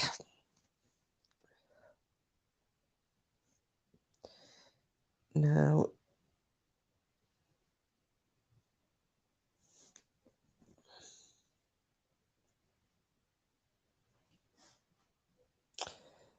I'm just trying to find. Where's the other notes? Okay. Now somebody has written, this was quite interesting. This was about the werewolf thing. The werewolves don't have families of little werewolves, though dogmen do. Interesting. Well, Joe, this is it. When I started reading this, they're actually, the way they're describing the werewolves is as though they are living in packs. And they're saying that the male werewolves are always black, but the female werewolves are the ones that can, you know, they have different colours, like some are grey, some are brown, some are black, whatever. But the females are not the ones that will go out attacking. Go figure. I don't know. But this is what this guy has said about Roger's description. The only thing I could not, and this is what I agreed with as well, I could not justify was that there were two creatures. The werewolf is normally a solitary creature. I think this particular creature was out hunting when he heard the family, stalked them, attacked. After he was shot twice, Roger saw the werewolf run off, but it turned around and came back. Seeing the girls in the back window screaming, he broke through the window, killed Diane and Connie, and then took Connie, who I think he intended to eat. There would be no other reason for him to take a body with him as he departed. As Roger said, he was easy to track because of the blood trail. With this kind of blood loss, I am concluding that the two shots he sustained hit the neck, possibly piercing the jugular vein, and as he was escaping with Connie, his body was weakening quickly. He discarded Connie's body on his route of departure and started to seek safety, in which he climbed the tree, passed out and bled out. As Roger stated, he did not see a second creature, but a second creature would not have left the body of Connie. The other stories need additional information and investigation to really get sorted out, and I think they are worthy of further investigation. So that's what that guy has said. And like I said, you know, the only thing I know about werewolves is the same as most of us. You know, it's somebody, full moon comes up, you start howling at the moon, you turn into a werewolf, you go out, murder a few people, come back, and I've got no recollection about what you did the night before. Bit like a stag night. Well, this is it, Lady Witch. They apparently did recover the body, but nobody knows what happened to it. Now, Roger said he saw it up the tree. He saw it up the tree. But then you've got, this is where the lines are getting a little bit blurred, because they're saying there was a bit of a ravine behind where the camper van was parked up, and that was where they found the body of the creature. Always thought of the movie Werewolves too. Yeah, it's not the way he's describing this, though, it does sound werewolf like, but The guy that I was reading, he obviously has done a lot of studying on it, and as I said, I can't poo-poo it because I don't know enough about it. But he was giving the differences between dogmen and werewolves, and he was saying that dogmen have, like, if you look at the hands, dogmen have 5 long fingers with, inch and a half long claws at the end of them, whereas a werewolf will have 4 long fingers and an opposable thumb. Yeah, they do, Joe. They do. And then they're talking about having a metatarsal break. Like Bigfoot has. I don't know if anybody's aware of this metatarsal break. It's like a line across the arch where we've got where our instep is, the arch of our foot, halfway down. Well, apparently Bigfoot have got, because they've not got the same like the pliability, I suppose, that we have in our feet.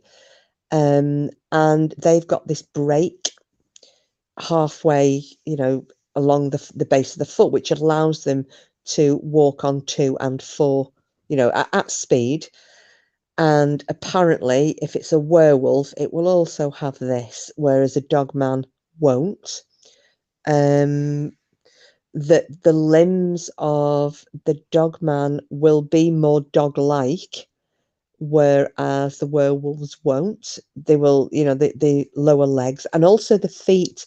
I think they've mentioned that the feet of a werewolf are supposed to be very long and thin, but human-like. Now, that is one thing that Roger was describing this creature as. He said it was 6'4" to 6'5". It had a very short muzzle. It had a hand, so it had the 4 fingers and thumb with obviously very long, but also that the hands seemed oversized in proportion to its arms and the rest of its body, that it was incredibly muscular in its top half, that its legs, the tops of its legs, its thighs, were also incredibly muscular, but that they were very human looking. And then its feet, although its feet were long, they were also very human looking.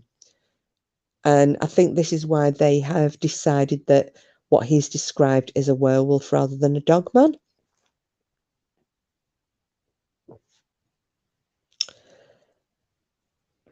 I mean, I'd love to hear him speaking again, because it was really interesting, and maybe hear some more a different set of questions being asked of him.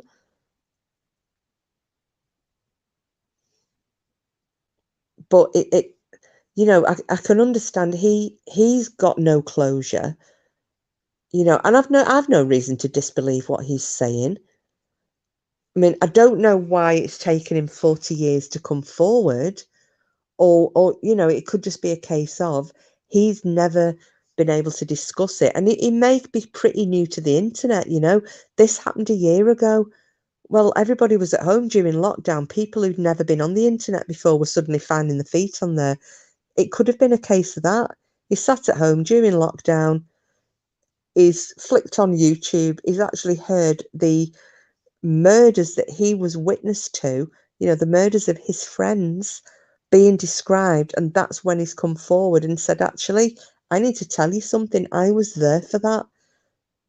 I saw what happened and I escaped. I can also tell you that the other stories going out about this are completely wrong. It's falsified. And there were officials there, and these are who I think they were. So I think possibly that's what happened with him anyway. That's why he may have come forward.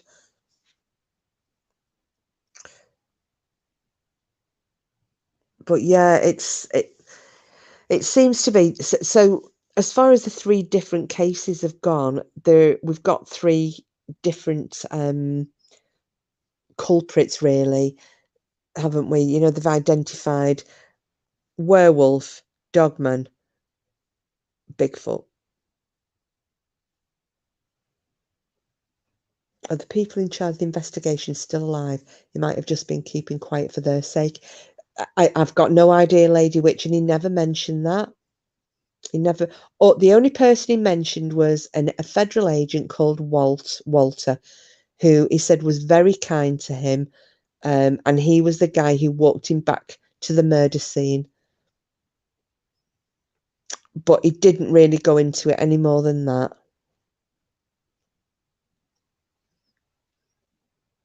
And I mean, I'll be interested to see what you guys think when you've listened to, to that recording of him giving his interview, because I personally found him very credible.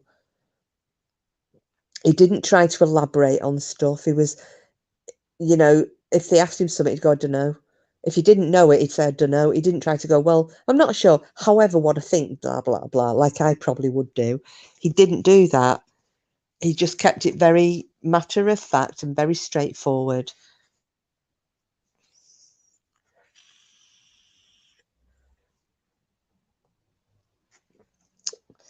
So, but for his sake, I hope he does get some answers. And this is why he's finally managed to get in touch with a relation in the Amish community. Oh, excuse me. Of of his friends, just to find out what happened, because he said, because the other thing he said as well was, people had been saying it was a robbery gone wrong and what have you. And he said, it wasn't. He said that in that van, that camper van, he said they were wealthy people. There were possessions, expensive things. He said, and as far as he was aware, there was around about 20 grand in cash in there. He said it wasn't, because he even said at the time, the suit, the way this creature looked, he said he genuinely thought it was someone in a suit come to rob them. Is that was, he said it was so lifelike. That's what he thought at first, because it was so human looking. He genuinely thought it was somebody dressed up in a suit until he realised it wasn't.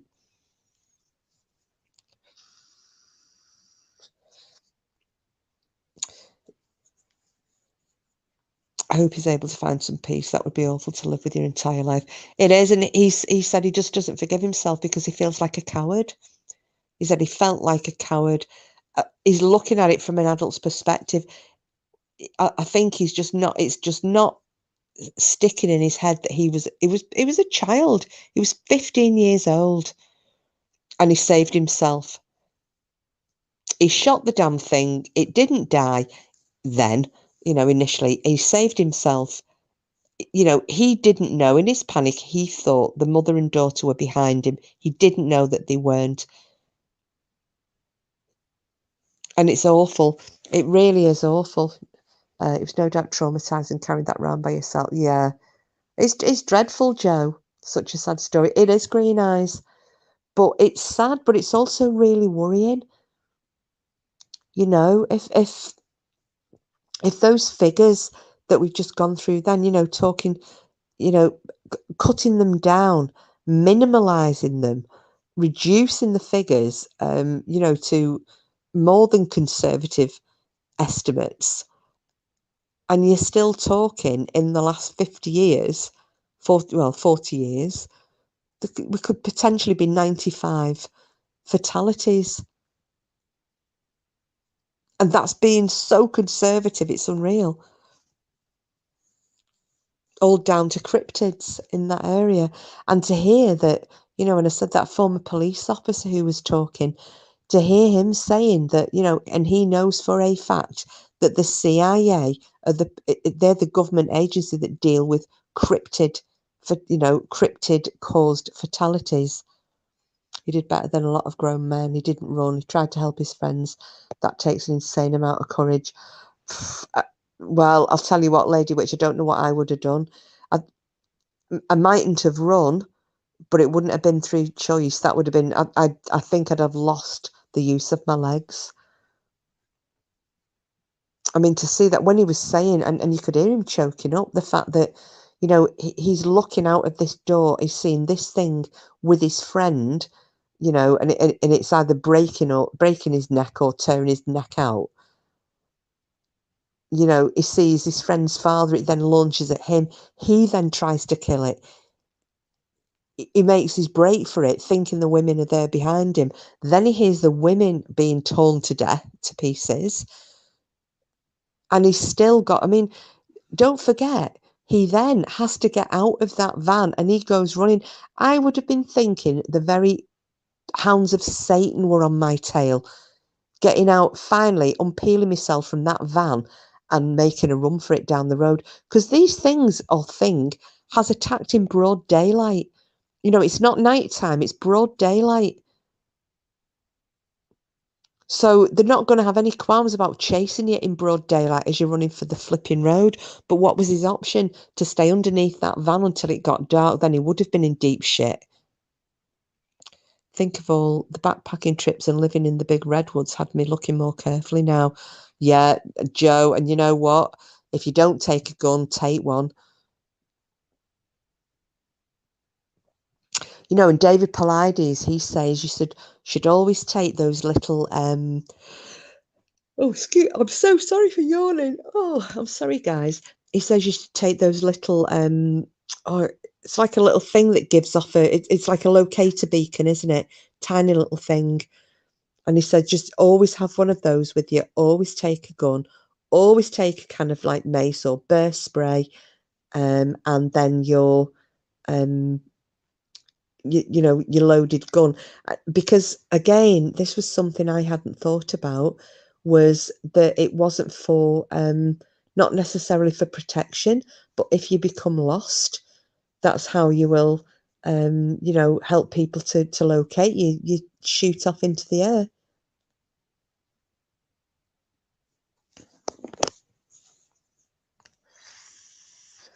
It just makes me so glad sometimes that I am living in England.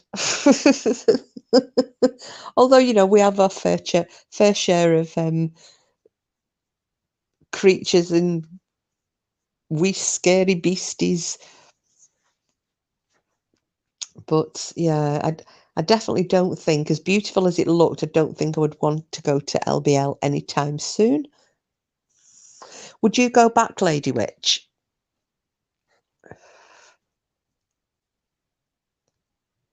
Oh, in fact, I'll rephrase that. Would you go back with either on your own or without your native American friends? Yeah, me too, because this subject does make me feel quite anxious. I know, and the thing is, Fern, there are some stories that I've been gathering of similar in this country. I might really freak you all out next week. Because I was saying to Green Eyes this morning, now that I've got, we have our Bigfoot sightings, and I'm wondering if Dogman live alongside. Well, Joe, there are issues about that, aren't there? They're saying that Bigfoot and Dogman do not tend to inhabit the same space, and depending which type they are, so type 1, 2, 3, 4, depends on how easily they run off, because some of the dogmen Bigfoot will run off their territory, others, and I'm presuming these are the really nasty ones, Bigfoot will up and leave. I would, it's gorgeous, but I would be armed better than the army. God, yeah, I don't blame. Do you think you would go on your own though, Lady Witch?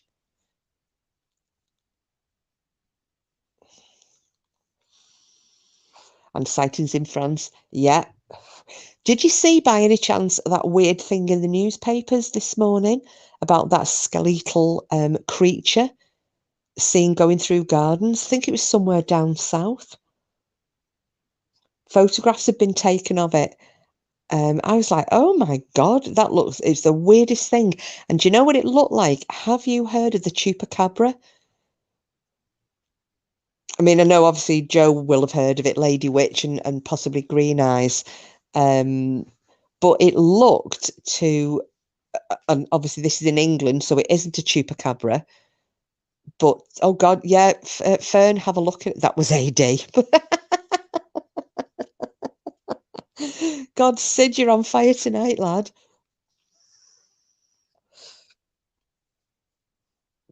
Yeah, it was a very weird looking thing. You will get some people who will say, oh, it was a mangy dog or a mangy cat or something. I wouldn't go alone, but that is more of a practical nature. I'd be lost in an hour. Oh, God.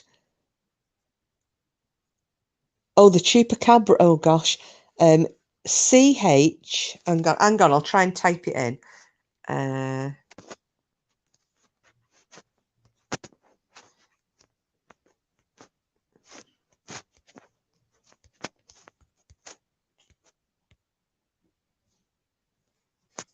There, I think I've spelt. Oh, Lady Witch beat me to it.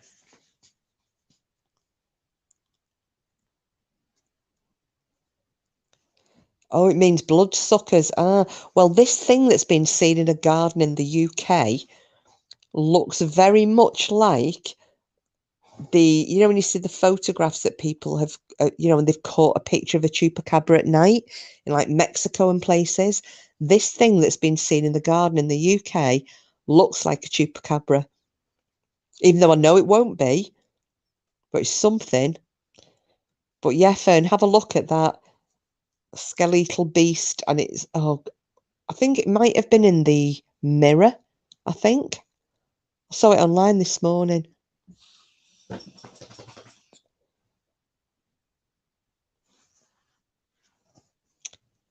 Hello, dancing firefly. How are you?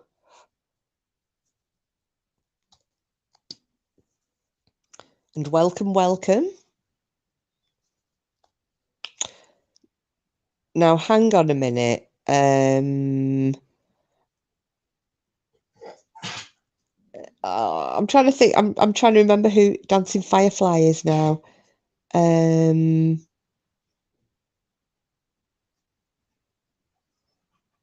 I'm all right, thank you, my sweetheart. It's not Linda, is it? But whoever it is, I'm going to have to make you a mod because you can't come in here and not be part of the Blue Crew. Oh, say Scully from the X-Files. Is this about your Mexican goat sucker?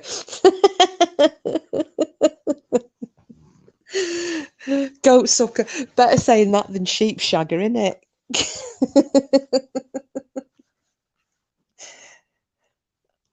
I'm just fiddling here. I'm going to get Dancing Firefly to be a part of the Blue Crew. Where are you? Right, let me see if I can do it. Right, you should now be, next time you type Dancing Firefly, you should be blue.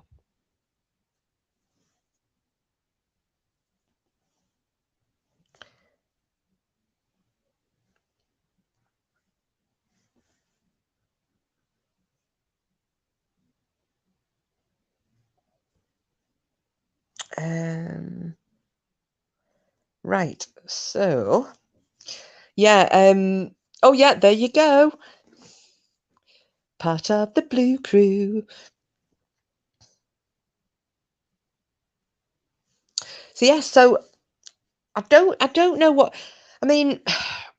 What do you think about for those of you who've heard? So you've heard the full story, well, as full as we can make it. Loads of sightings in the UK. Fern, there are. Were you in when I was telling about that thing I kind of experienced in Scotland? Where my ex-boyfriend nearly got his face beat up by my brother because he thought he'd beaten me up and it wasn't. I was running from some unknown terror like a tit. But yeah, there's all sorts of weird and wonderful things. There are a load of things going on the Pennines at the moment as well. Lots of things.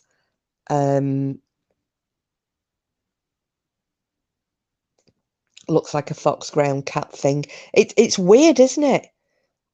But do you see what I mean about it being, likening it to a chupacabra? Am I saying that right, by the way, Joe? and Lady Witch.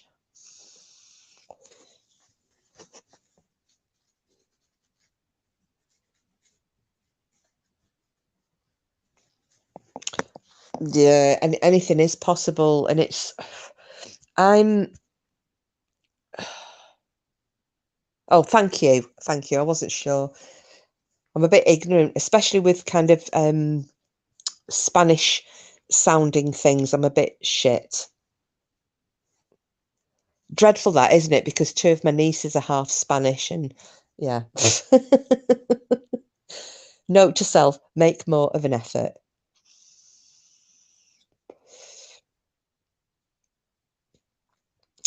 So, Dancing Firefly, what are your are you into the cryptid side of things, or because it's not something we don't always talk about stuff like this. It's just it was the 40th anniversary yesterday of these murders at LBL in Tennessee.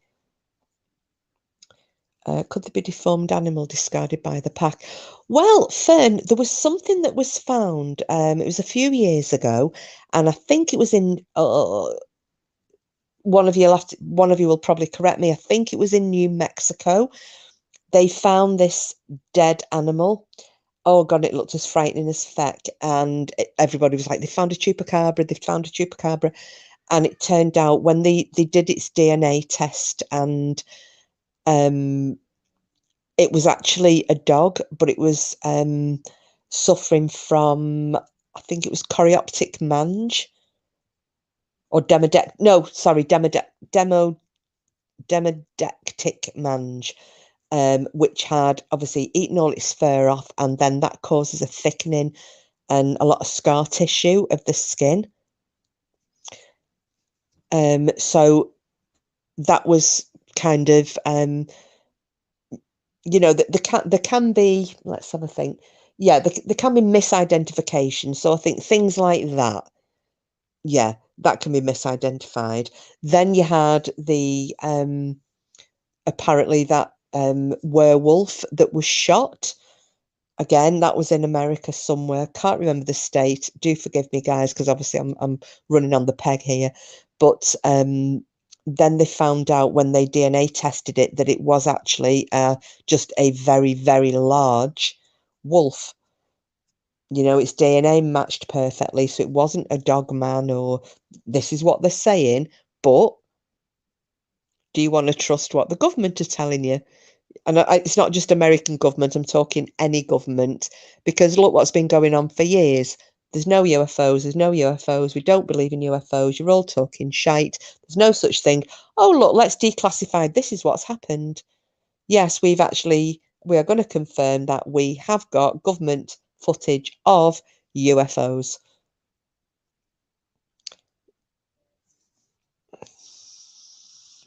Yeah, no, I know, Green Eyes. So it's always, we haven't. Oh, all right, then, yes, we have.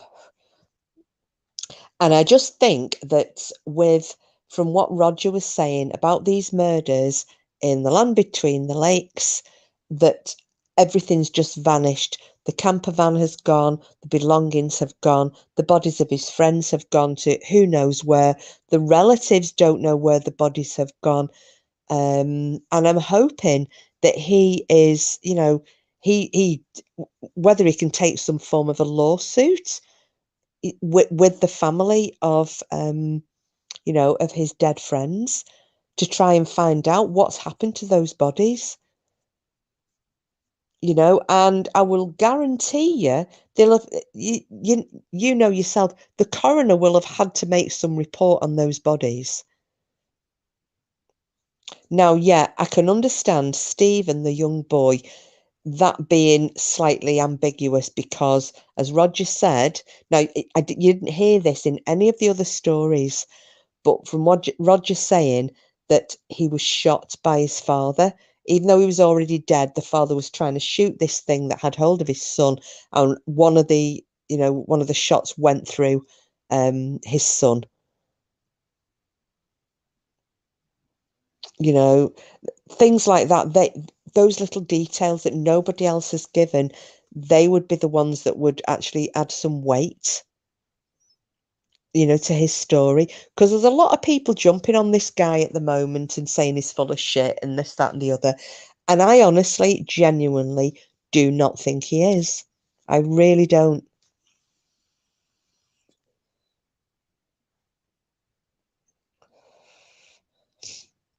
There's just too many things that are going on in that particular area. I mean, it's not a million miles away from there that teacher, do you remember us talking about this it's a good few weeks ago, a couple of months even, when we were discussing dogmen for the first time, and there was that broad daylight attack on a 70-odd-year-old former teacher, and they had it down as an animal attack. They took some DNA from her wounds, and it was some form of canine. And I'm saying some form of canine. That was a little bit ambiguous, wasn't it? What's his name? I'm going to have to write it down. Whose name, Fern, love? Do you mean Roger, the guy who... I mean, I did post a link. Hang on, if I post it again. Oh, no, wrong one. Oh, bugger. I'll try and post it again for you.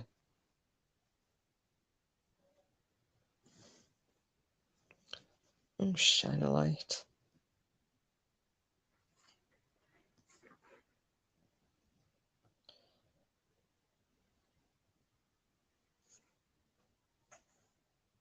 Oh, so thanks, Lady Witch. We snapped. Yeah, his name's Roger Fern, but I don't know what his surname is. Yeah, that's it. It's either canine or it's not, but it's some form of a canine firefly. Well, all right then. So it's a canine, right? Is it a wolf? Is it a dog? Is it a hybrid? I mean, for God's sake, they can DNA a mongrel now and tell you what it's been made up of. My friend's had it done for £60. She had her dog DNA tested, and they came back and they said, and we were laughing because he's the funniest looking little buggy you've ever set eyes on. A little brindle thing, and he looked very similar to a corgi, but he was a big dog with tiny legs. And when they DNA tested him, they came back and they said that he is German Shepherd, probably crossed Border Collie, crossed with a Jack Russell. That, and he had the little Queen Anne legs for the Jack Russell Terrier. And he was a brindle colour, and he also looked like, as I said, he was a big dog. He looked like a brindle German Shepherd with these tiny little stumpy legs. And I mean tiny little stumpy legs. He was like the height of a Jack Russell, but the body size of a German Shepherd.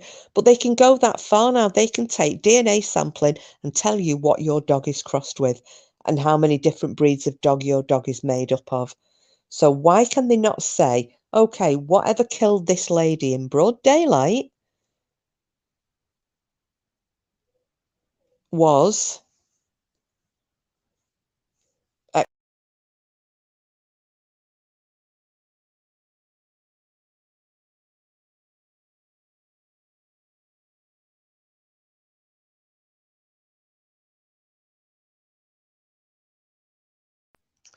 Oops, sorry about that. I just fucked up again. Knocked myself off my own stream, as always. Yeah, I don't blame you watching it in the daytime. Having said that, though, Fern, it's not that bad. It's just him talking, and he doesn't go into gory detail. It's more about how he felt and the background to him meeting this family, how he got to know them, and then what's happened since. And so that in itself isn't that frightening. It's only frightening when you actually start to think about it. And obviously going through this and doing little diagrams and trying to work out, you know, who was where and at what time and what the position of people were and what you think it is. Looking into it deeper, that's what then starts giving me the creeps.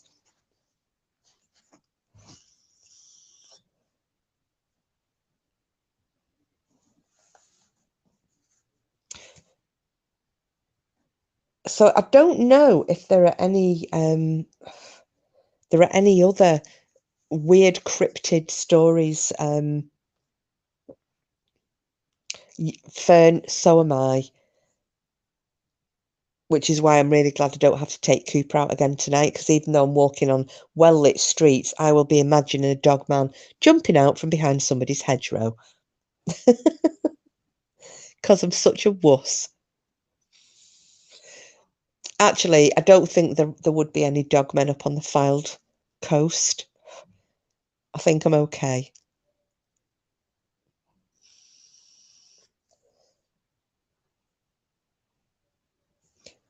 Hindrance or superpower? I think in work it's a superpower, but I think in daily life it's probably a hindrance, at least for me. So you might be the same way, Fern. Hey, I'll tell you where I am going to go though, guys and gals. Um, so you know, I was telling you that I got Porky his little, or did I tell you? I got him his little night vision camera thing for his ghost hunts. Well, obviously now I'm not that far away from Heysham Head. Do any of you remember what was at Heysham Head when I did my Viking stuff?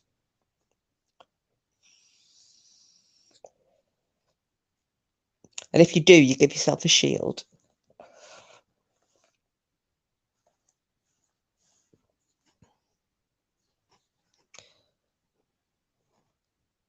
I should do countdown, and then if nobody comes up with an answer, I shall bob in and tell you. Do do do do do do do do do do do do do do do do do do do do. Pew! Yes, ghost hunts. Well, we kind of did one that didn't end up as a ghost hunt, so it just turned into a history tour.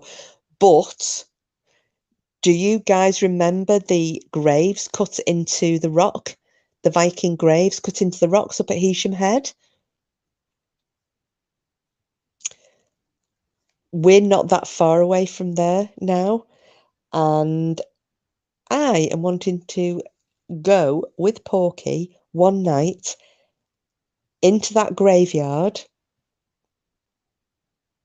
and see if we get anything. Because don't forget, it's not just the graveyard, is it? So you've got the stone cut Viking tombs and the Saxon church. Well, there's the remains of two Saxon churches there, aren't there, in the same graveyard? And there's all the Saxon burials. So that's what I'm thinking. Yeah, they're on his channel, Firefly. Because we went to York for 3 days. So our York ghost hunt kind of fell a bit flat, but instead he was telling the stories of the different places. We did try. We took an EMF meter and yeah, well, it's only a little tiny road trip. It's just up the road. The big one that we want to do though is Lindisfarne. You know, where the very first Viking attack happened in the UK, or the British Isles, shall we say. So yeah, Lindisfarne. And then because obviously two of our channel members live up that way. So we've got Meadow and Simple's Meerkat, and they both live pretty near to Lindisfarne and to Hadrian's Wall. So that's one of our road trips that we've got planned. Where do I know you from, Dancing Firefly? Because I have seen your name before. Or are you? Have I seen you on Captain Spaulding's channel? I'm I'm terrible. Once I see a name and I'm like, I know this person, and I can't think where from. So once I've worked it out, but it's going to bug me otherwise because my memory is dreadful.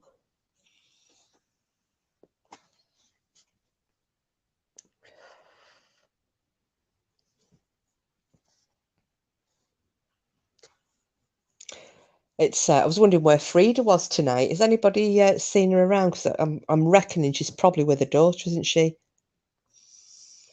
Maybe Bam or Cap or Tisby. Oh, okay. Oh well, probably all three.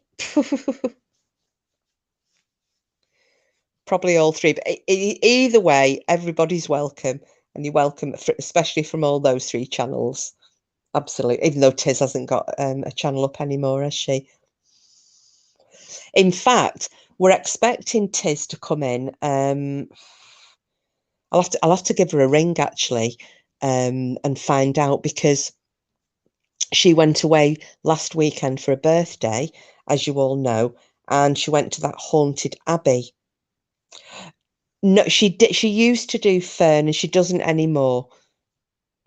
So yeah, she went to that haunted abbey, and she was going to come up and tell us all about it, because apparently, I mean, she told me this by text message, that something happened in the car park, but then she followed it up with another text going, and no, we weren't dogging. Not that I for a second thought she was, but but yeah, but the thing is, she's working of an evening now, so she's doing quite a few nights. So I'll have to give her a ring and try and find out when she's free.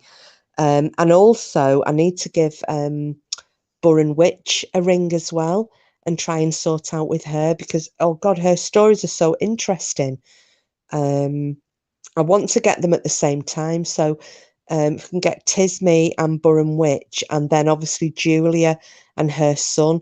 Although Julia's away this weekend, she's gone on a it was a spa weekend, wasn't it, that she was going away on? I think she said Fern, wasn't it? So she's away this weekend as well. But maybe I can try that for next week. But I did say to Green Eyes this morning, I'm going to get back to normal now. So I'm going to try to do 2 or 3 lives a week. It's just that work has been so busy, and obviously with us moving house, well, me moving house and trying to settle in here, and driving Porky mad because there's still boxes of shite just dropped everywhere. So it's just been a bit hectic over the last month. So now that we're settling back into a nice routine, I am hoping that I can get back to doing maybe like 2, definitely 2, maybe 3. I'll stick to doing a Friday. Maybe I might even do a Saturday, but I was thinking of trying to get one midweek, trying to make sure that I do one on a Wednesday night. You know, just something to break the week up a little bit, a bit of a hump day treat. But I have got a list of different topics that I want to cover, similar to tonight's, things that aren't that well known, but that are quite interesting and a little bit thought provoking. You know, like when we talked about the Todmorden, going back to cryptids, I always thought Bigfoot was quite timid. Well, you know what, Sid? Again, there are different types of cryptid of Bigfoot. You hear a lot of stories, you know, of people saying that they're quite benevolent. You know, the nosy, they come up and they're having a look through the window, or the banging on the walls, or the nicking chickens, or they're doing what have you, but nothing too horrendous. But you then hear the tales, and certain Native American tribes tell of the Bigfoot that live in the granite fields, the boulder fields up in the mountains, and that they are a different type of Bigfoot altogether, that they are cannibalistic, very aggressive, highly aggressive, much bigger, and not the type that you would want to bump into, shall we say, when you were enjoying a hike up the mountains. I don't know if Joe or Lady Witch can, you know, back me up on that one, or give a little bit more information. But yeah, that's from what I've read and heard. They're not all nice. They're not all these, you know, kindly oversized gorillas that are just bobbing around the American wilderness and trying not to be discovered. You can find some stories of people who've been actively stalked and attacked by Bigfoot. Lots lurks in the mountains. Yeah. Are you in America, Firefly?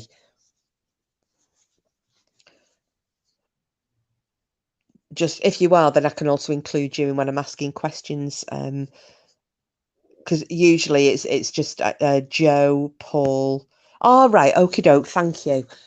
Great. We've got somebody else from that side of the pond. Usually I'm like throwing questions at those guys. Because we've got, although I've not seen her for a little bit, Rain Dancer as well. She's in Washington State. We've got Paul, he's in Colorado.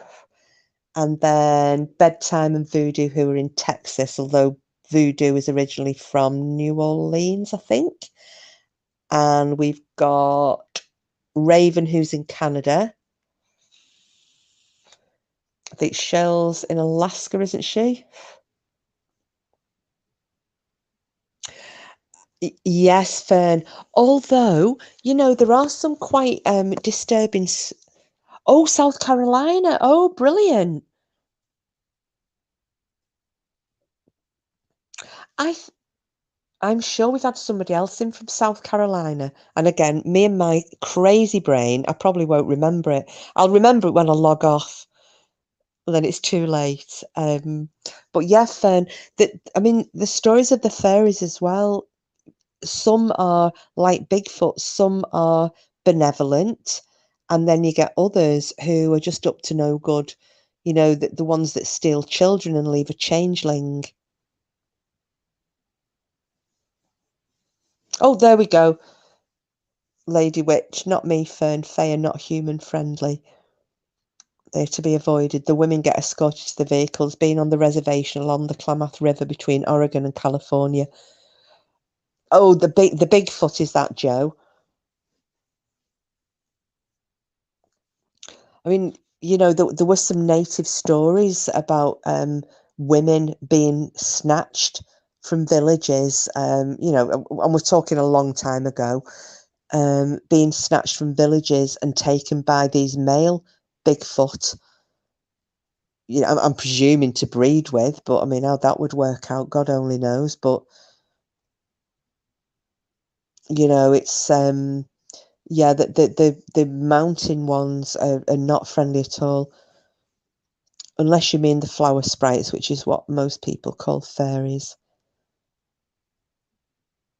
I bet you liked that film, didn't you, Fern? The one about those kids was it the 1920s or 30s in England? The one with where Paul McGann played the father, and it was the young children who'd seen the fairies and they took photographs of them and they tried to debunk it.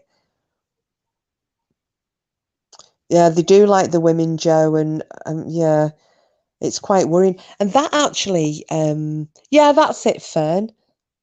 That's it. They took the photos. That was a lovely film, that one.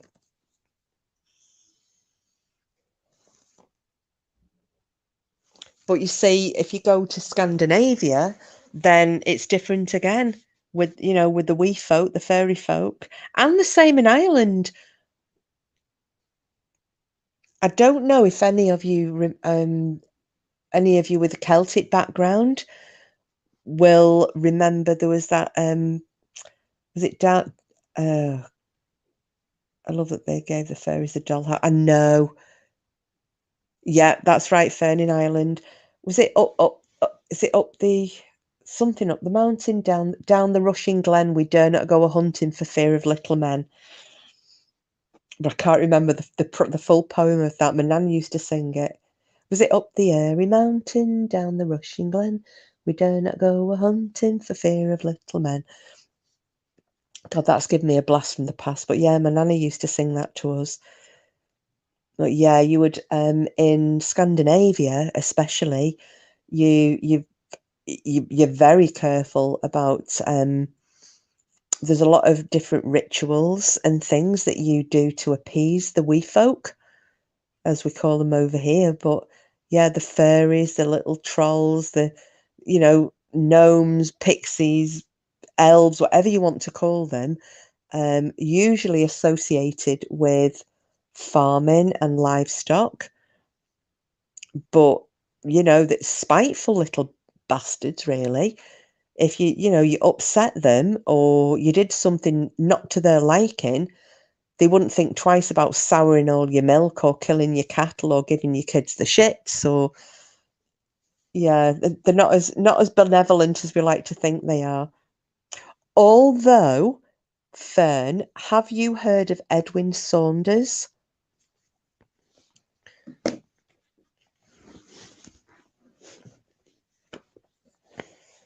Oh, is that right, lilac?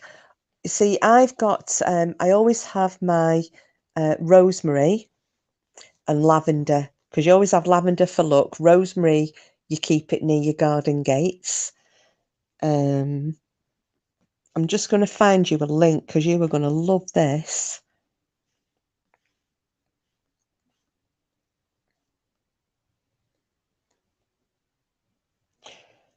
If I can find him.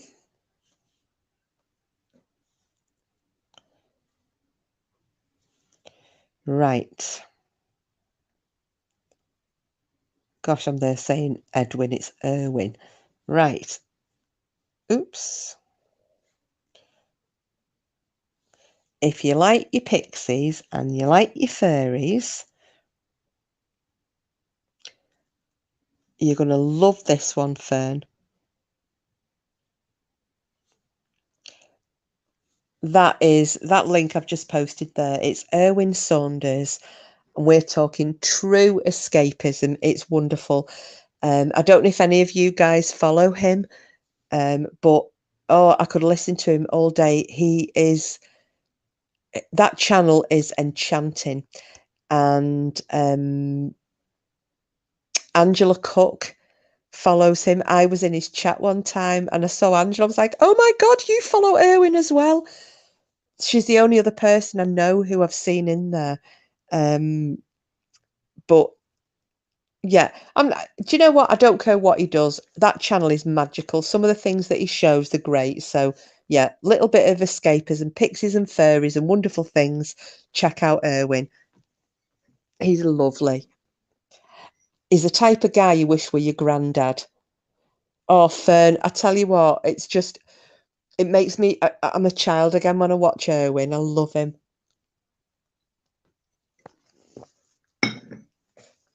And he tries to meet the pixies and the fairies, and yeah, he's great.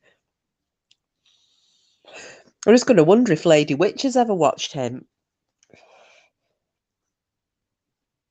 Just the type of channel you need when things are getting really shitty everywhere else.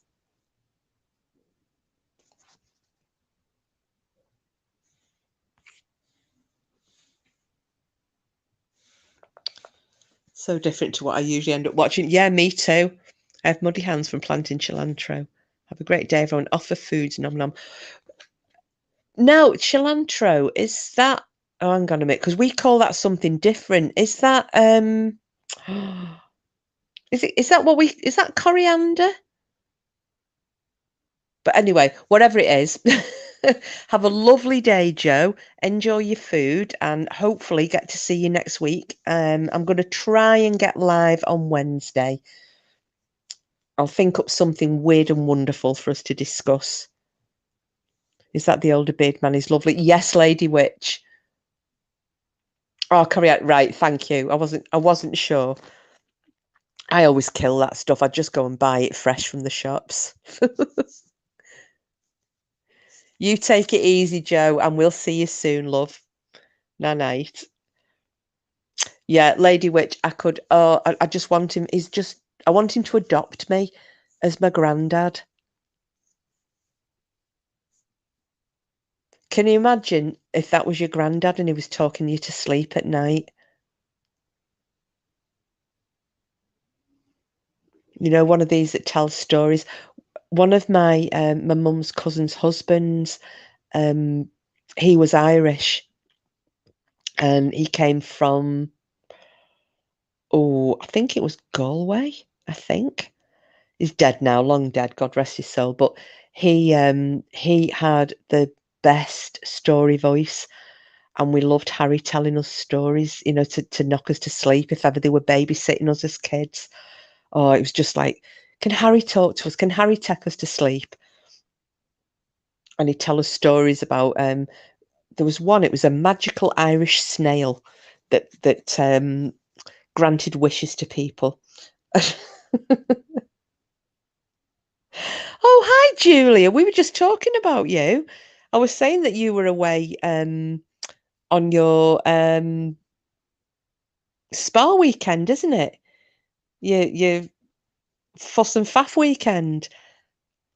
Well, lovely to see you, and I hope you have a lovely time. You'll have to let us know how your treatments go and how you've enjoyed it. We've just been talking about furries, but we did talk about dogmen earlier. So, oh, you're there now. Oh, lovely. I used to listen to Book at bedtime on Radio 4, but I don't have a license anymore, so this will be quite lovely. Yeah, he's great. He's absolutely great. Do you know what though, Fern? You can get some free audio books on YouTube. I do that quite a lot. I'll just put free audio books and it'll come up with a list. I've been listening to Lord of the Rings, and that's really good. It's one guy and he does every single voice for the whole thing. He's amazing to listen to. But yeah, I like being talked to sleep, but I do tend to listen to like Marvin Allen, you know, with his Dogmen stories.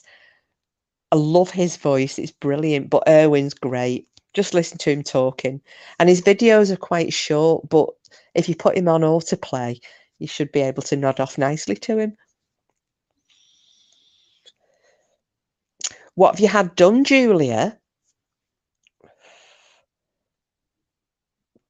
Just say, I would just love to have a facial right now. Of lovely moisturizing creams and lie there with my eyes shut and not think about anything important for an hour or so. Just so long as you're not getting wrapped up in cling film and dropped in a sweat tank.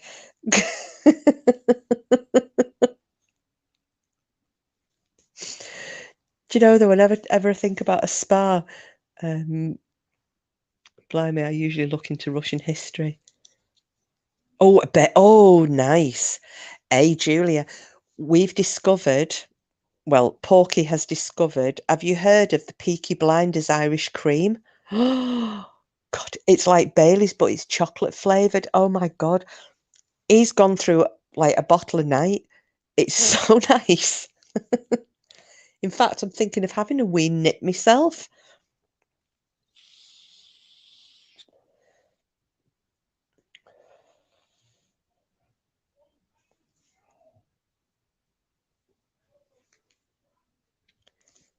Can you hear him shouting up those stairs? I don't know if anybody else can hear him. I think whatever game they're playing is getting a little bit overexcited up there, is Mr. Porky.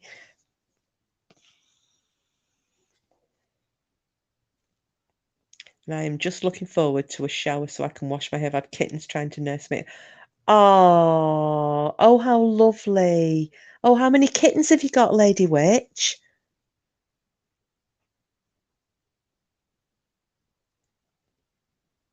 I don't think he's come in tonight, Green Eyes. He's abandoned me these days. I did pass your message on to him, though. I said, Green Eyes loves you.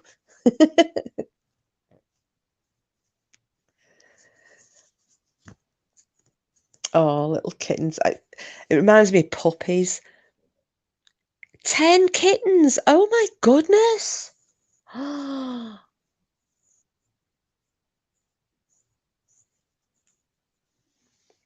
My pussycats are all so old, so I get piss and pop. Oh, Fern, it's like this cat of Porky's. It's senile now, and he doesn't know where he is. So he cries because he wants feeding. So you feed him, and then he cries and cries and because he's forgotten he's just got fed. And at the moment now, it's minging. He's now sleeping in his litter tray and getting out of it to shit on the floor and piss on the window ledge. But he's sleeping in his litter tray. It's just like, really? But like Porky said, he genuinely doesn't know where he is. He's just he can't be let out anymore, because the last time he was let out, he went missing and came back injured because he's forgotten where he is. So it's such a shame. I know, but it's his cat and he loves him. And the thing is, I mean, you know, it's easy enough saying, "Oh, it should be bye time," but he's eating and he's drinking, but it's just he can't go outside, because if he goes, and he's that old, I think he's about 15 now. I'm sure Porky said he's 14 or 15. He's covered in tats because he's gone feral, because he's gone senile. So you can't get near him to brush the tats out of him. So he actually looks like, you know, the cat off Harry Potter that belongs to the caretaker. He actually looks like that. So it is a shame. But, you know, what do you do? The ones around 12 years old are, but 15 plus 17, no chance. No, it's not worth it. And the thing is, it probably would be different if we were living in the countryside, like where I used to live.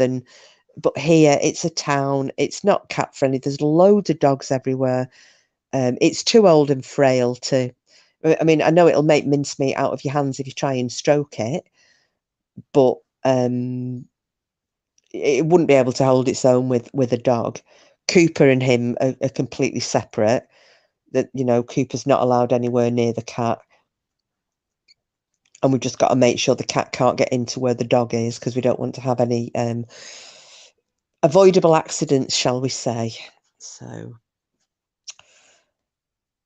well, I hope you enjoy the rest of your spa weekend, Julie, and you're going to tell us all about it next week. I was going to say, what I might do is, oh, I have been to, yeah, I haven't been today though, Green Eyes, but I've been going most mornings with Cooper. It's lovely. You know, it's just, I mean, it's a little drive away I go to the deserted bit, but we're looking for this whale vomit. I want to find ambergris, well, however you say it, I keep going on about it. Well, the bit I go to, it's only like 3 miles. It depends where you want to go, because I drive to the Lytham bit, so where the sand dunes are. So I go that bit. There aren't many people there.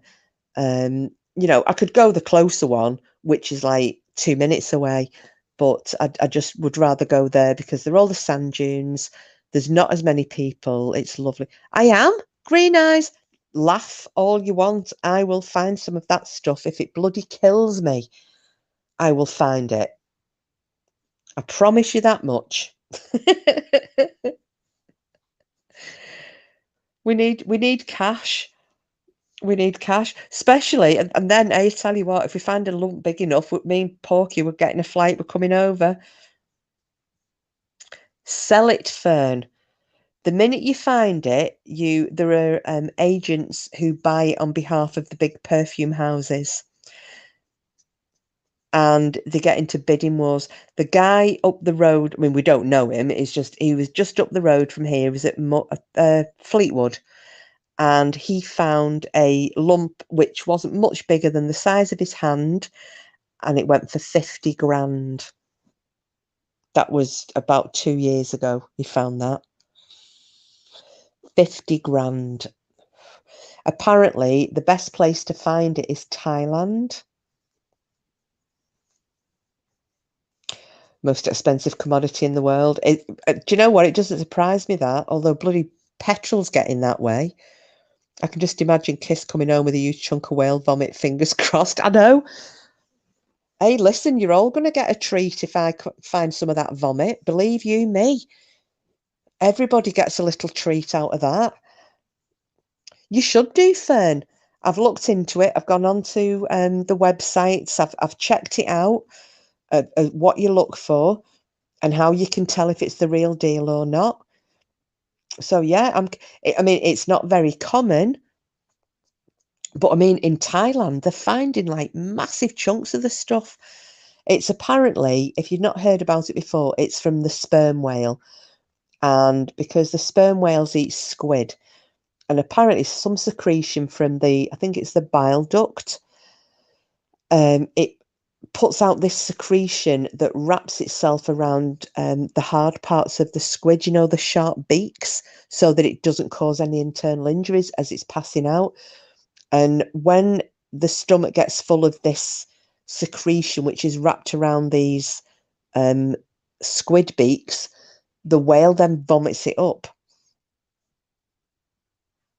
It doesn't matter. There aren't whales in this part here, Fern, but they vomit it up out at sea, and then it floats around on the tide. It can float around for years at sea until eventually it's washed up on a shore somewhere. And the longer it's been in the ocean for, the better quality it is. Apparently, when it's first puked up, it reeks. It's absolutely vile. But then as it kind of matures, the smell goes. I've I've heard it described as like, well, as it matures, Julia, it smells like a sickly sweet smell, apparently. But that's why I take Cooper every day, because they're saying that dogs are just, they can't leave it alone. That's what happened with the guy in Fleetwood. He found some, his dog was mauling with what he thought was like a rock, and he's looking at it thinking it was a bit odd, but his dog was absolutely fascinated, wouldn't leave this rock alone. So he walked home, and then his curiosity got the better of him, and he Googled it. Then he realised what it was, so he went back down the beach, and luckily for him, it was still there. So he picked it up and took it home, tested it, found out it was what he thought it was, and then contacted a dealer and flogged it for 50 grand. It's perfume, Fern. It's what carries the scent of the perfume. So all your very expensive scents, they have got this. Is it pronounced ambergris or ambergris? I'm going to say ambergris because it sounds nice, but yeah, that. So they will contain that. So all your Coco Chanel and your, I don't know what other, your Thierry Mugler scents and everything, they're all going to contain this. But it's illegal in America and New Zealand and Australia. And I think also Canada. Oh, well, it'll be in that then, Fern. Oh, Chanel number 5. That's lovely. Is that the one that, do they make that anymore? There's one of the Chanels that they don't make anymore, isn't it? I think. That was Marilyn Monroe's thing, wasn't it? When they asked her what she wore in bed and she went Chanel number 5. Or Chanel, one or the other.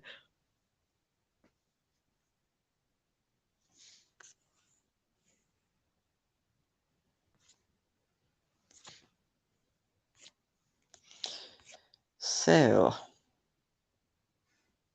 oh, you pronounced the S, so it's ambergris. Thank you, Lady Witch. I wasn't sure. I didn't know if it was one of those things that was pronounced a bit like French, like Frenchified. Chanel 19 is your favourite. My favourite, I love Coco. I love it. And I also like, you remember when Alien came out and everyone was raving about it, but Alien Extraordinaire, now that is a beautiful perfume. It's lovely. But I like quite a lot of the cheaper ones as well. What's the other one? Amarige. I like that one. Not everybody's cup of tea. I love Cheruti 1881. That's my day perfume, that one. And for my birthday, my aunt bought me a bottle. Sorry, not this birthday, last year.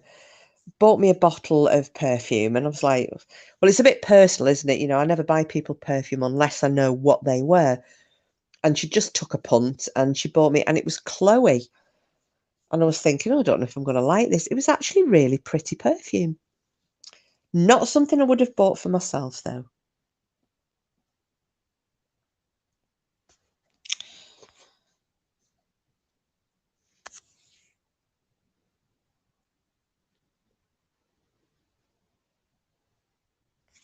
Right.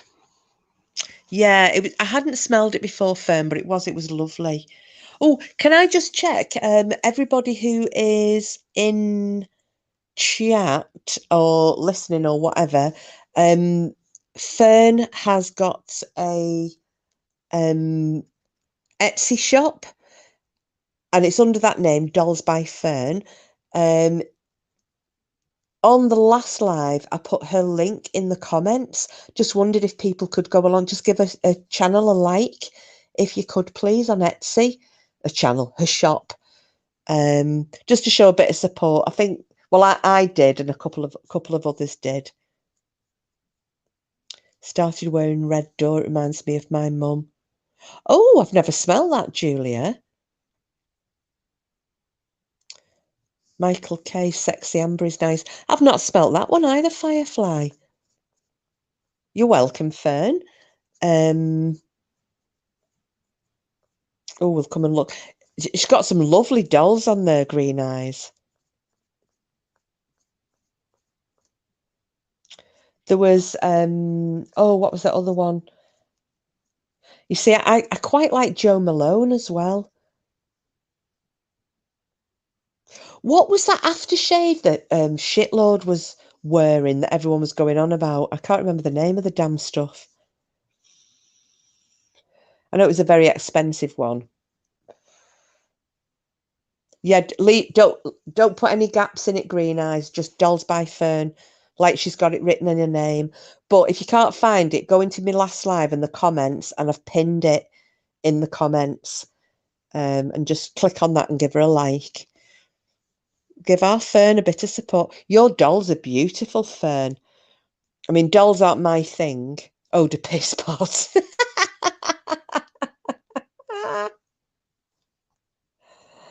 Oh my good grief.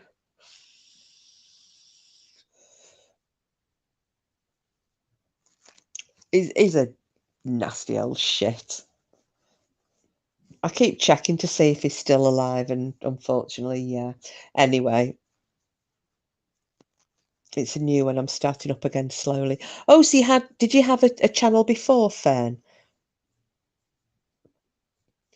But yeah, your dolls are really pretty. My friend has a channel as well, a shop on Etsy. She makes things. But yeah, the beautiful thing. I mean, like I said, dolls aren't my thing, but if they were, I would definitely have one of those. Aren't they beautiful, Green Eyes?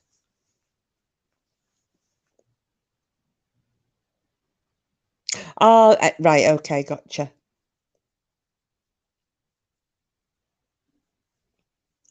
I think I'm sure I follow Truth Justice, I think. Yeah, I'm sure I do.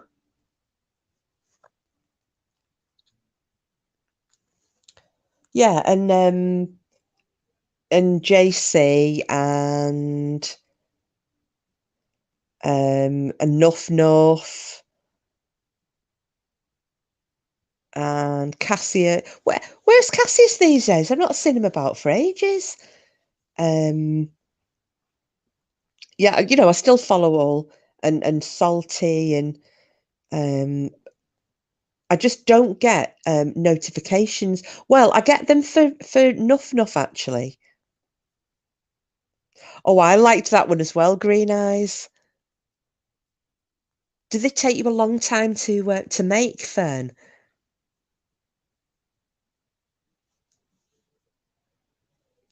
Thing is, if I had something like that in this house, the dog would get hold of it. He'd manage to find it in whichever cupboard I'd put it in and eat it. Oh, right. Oh, well, I'll keep my eyes open then. They are really pretty.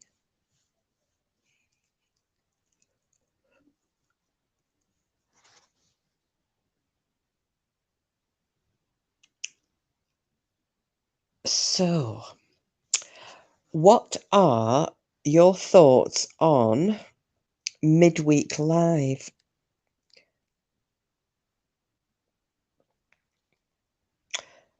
Topic wise, because I'm open to suggestions.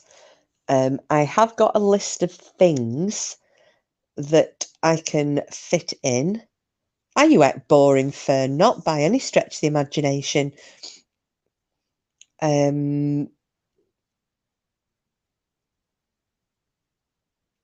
Because I'm thinking, this will sound funny, but I don't know what Etsy is, never been on. It's like little shops, Julia, you know, you have your own little online shop. Like my friend has her business running from Etsy.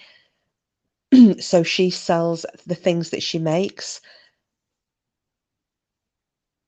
you know, and it's the same with Fern. So Fern's dolls are on there.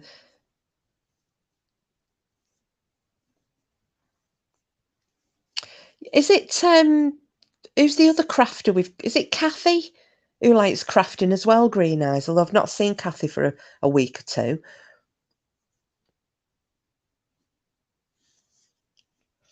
A lot of very talented ladies in here. And Jo makes her sea glass stuff, doesn't she?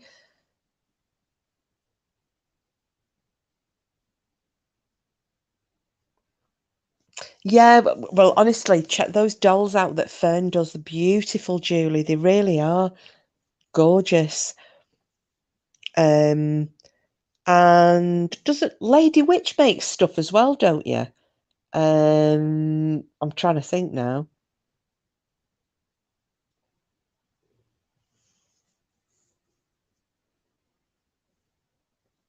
Oh God, my brain's going.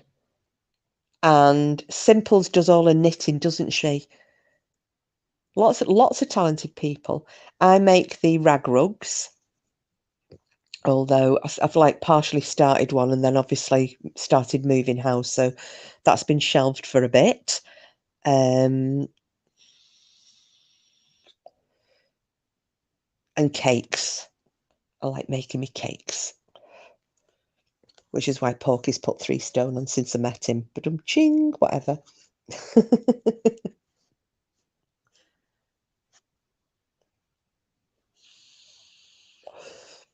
Right, I know that this is probably going to piss people off.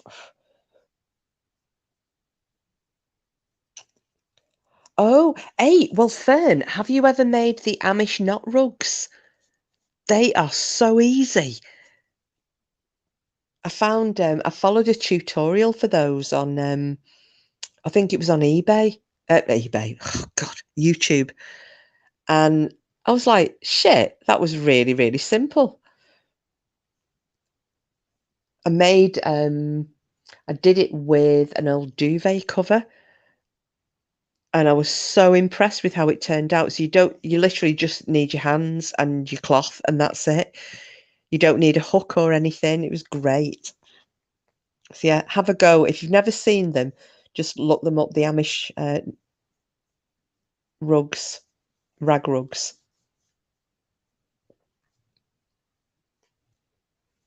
Maybe we should do a craft night. That's what I was going to say. Sorry, yeah.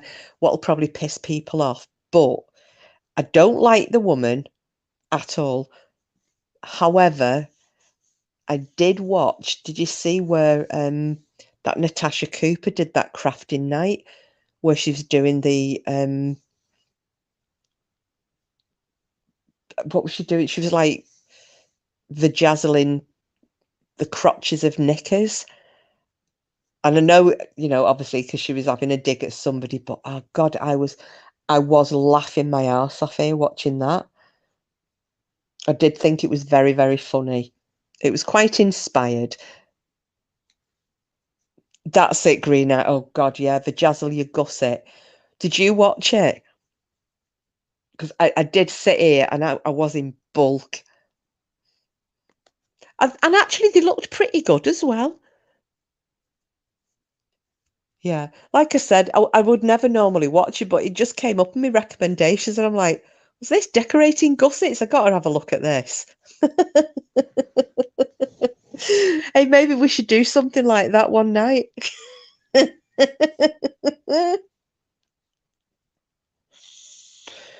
I've never laughed so hard except at decoupage seashells. Oh, I'm glad you were watching it as well, Lady Witch. I thought I would be the only one. Oh, do you make knickers, Fern? Are they naughty knickers? Well, they just put. I mean, they were writing on them. They were putting like spider legs on them. There were eyes on them. Oh God, it was really, really funny. I actually might watch that again if I want to giggle. But I've never seen decoupaged seashells though. Oh,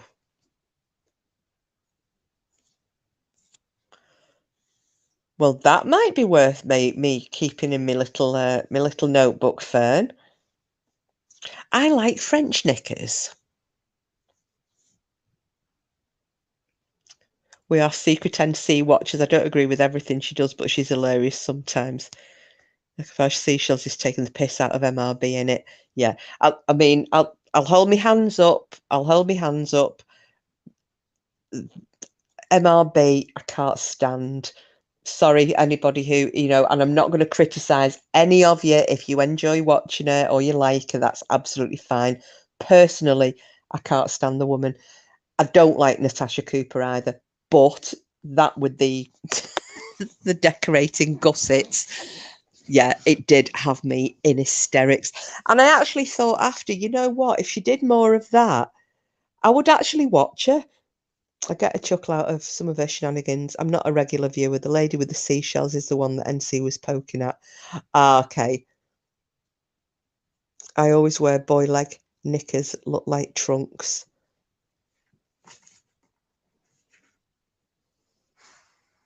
Why do they call them merb? I keep seeing this, people saying merb, and I don't know why. Again, I'm out of many loops.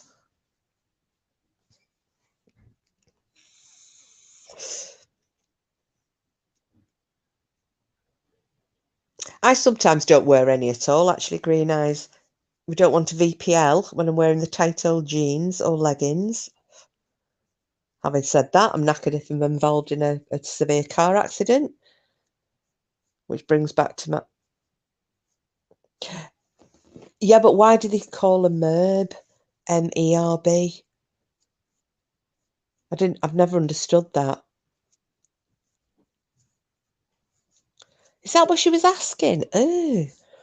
I only dislike a Lady Witch because I watched, I mean, and I know the woman that she was having a go at is a fuck up in her own right. However, I just think that she was just really unfair, and she just caused massive dogpiling. And I just thought, you know what, you just need to grow up. You're being... Ah, right, okay. Ah, right, Lady Witch, thank you. I didn't know. Yeah, but that's the only reason I didn't like it. I just thought she was a bully and not my type of a person. But like I said, it's not a problem. I know there's some people still go watching Dirty D. It's absolutely fine. Joining on a chat, it's not a problem. We all like who we like. Like I said, you can watch people and laugh your ass off. I mean, I watched oh God, what was his name? God, there were these, I can't remember the names. They were stoners. they were, oh God, they were wicked. But I happened to just tune into this channel. I was flicking through one night and came onto this channel, and all these lads, they were stoned, but they were, oh God, they were acidic. They were so bitchy, but I was pissing myself laughing at them. It's just doll reviews, doll collections, etc. Then, all right, okie dokie. Oh yeah, and obviously that's what you're interested in, isn't it, Fern? Funniest thing was MC telling Abby she needs the cobwebs blowing off her lady bits. Yeah, but you know, we all go round and we go to different channels, and it's like I absolutely love Casper Sight. I love that guy. He's amazing. He's great. And there's another one. Oh God, what's his name? Daz Watches. He was reviewing this people who are cooking. Now, the guy himself pisses me off. However, when he's doing these reviews of the cooking channels, he's funny as fuck. Really, really funny. So, yeah, you know, the way I look at it is watch what you watch. If it gives you a giggle and or it's something interesting to you, watch what you watch. It's absolutely fine. Yeah, I heard that she covered Dyatlov, Fern. I think it was it's Bedtime Clown who was telling me, because he tuned in to have a watch of that.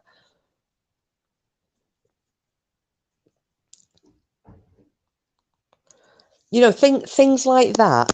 I just think if channels stick more to, you know, to decent topics, interesting things, and steer away from the drama, but they don't pay, do they? Sexual language, and thought Gusset meant something entirely different. Oh, did she? Oh gosh, no.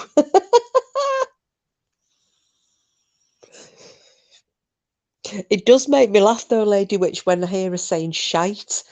I think once or twice, and I'd just before I stopped watching her altogether, and because I did used to tune in and watch MRB, I did, and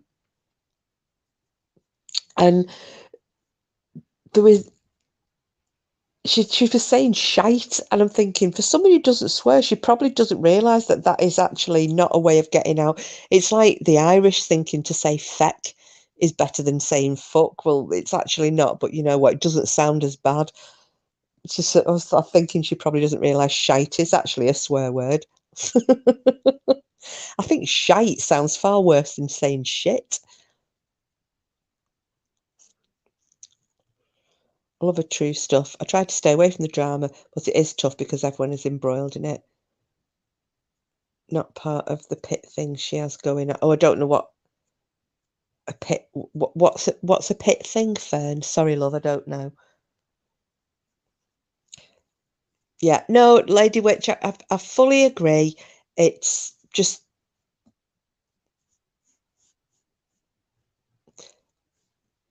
I don't want I don't want to log onto a channel and listen to bitching and griping and screaming and shouting and drama and creating and dragging everybody in and and the dog piling. That's what pisses me off.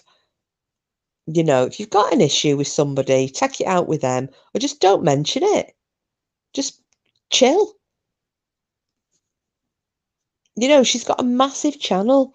A lot of these people have got massive channels. They don't need to do this to keep the followers. The followers are going to stay there regardless. You know, if they're still there now after all the drama, then the likelihood is they're not going to go anywhere. So just go back to the dead interesting stuff. Oh, righty ho, Lady Witch. Well, actually, I was going to say I'm down to 8%, so I was going to kind of wind this up a little bit shortly anyway. So thank you so much for coming in, Lady Witch. Love and blessings to you too. Hopefully see you next week. For everybody else, I will come alive. I'll try Tuesday or Wednesday in the week. If anyone's got any suggestions that you want to throw at me before we close this one down for a theme, feel free. Otherwise, you're going to have to take potluck and have what I give you.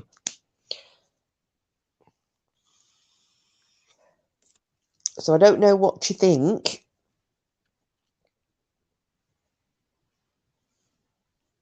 But if we have no suggestions, I shall wind this one up, go and stick my phone on charge and get into bed, I think, because I'm absolutely bushed.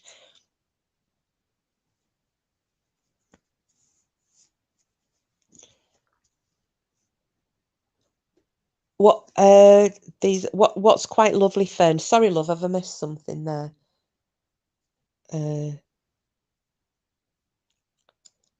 What cryptid murders, Green Eyes? Because I have got a few of those. The strange, weird, and wonderful ones.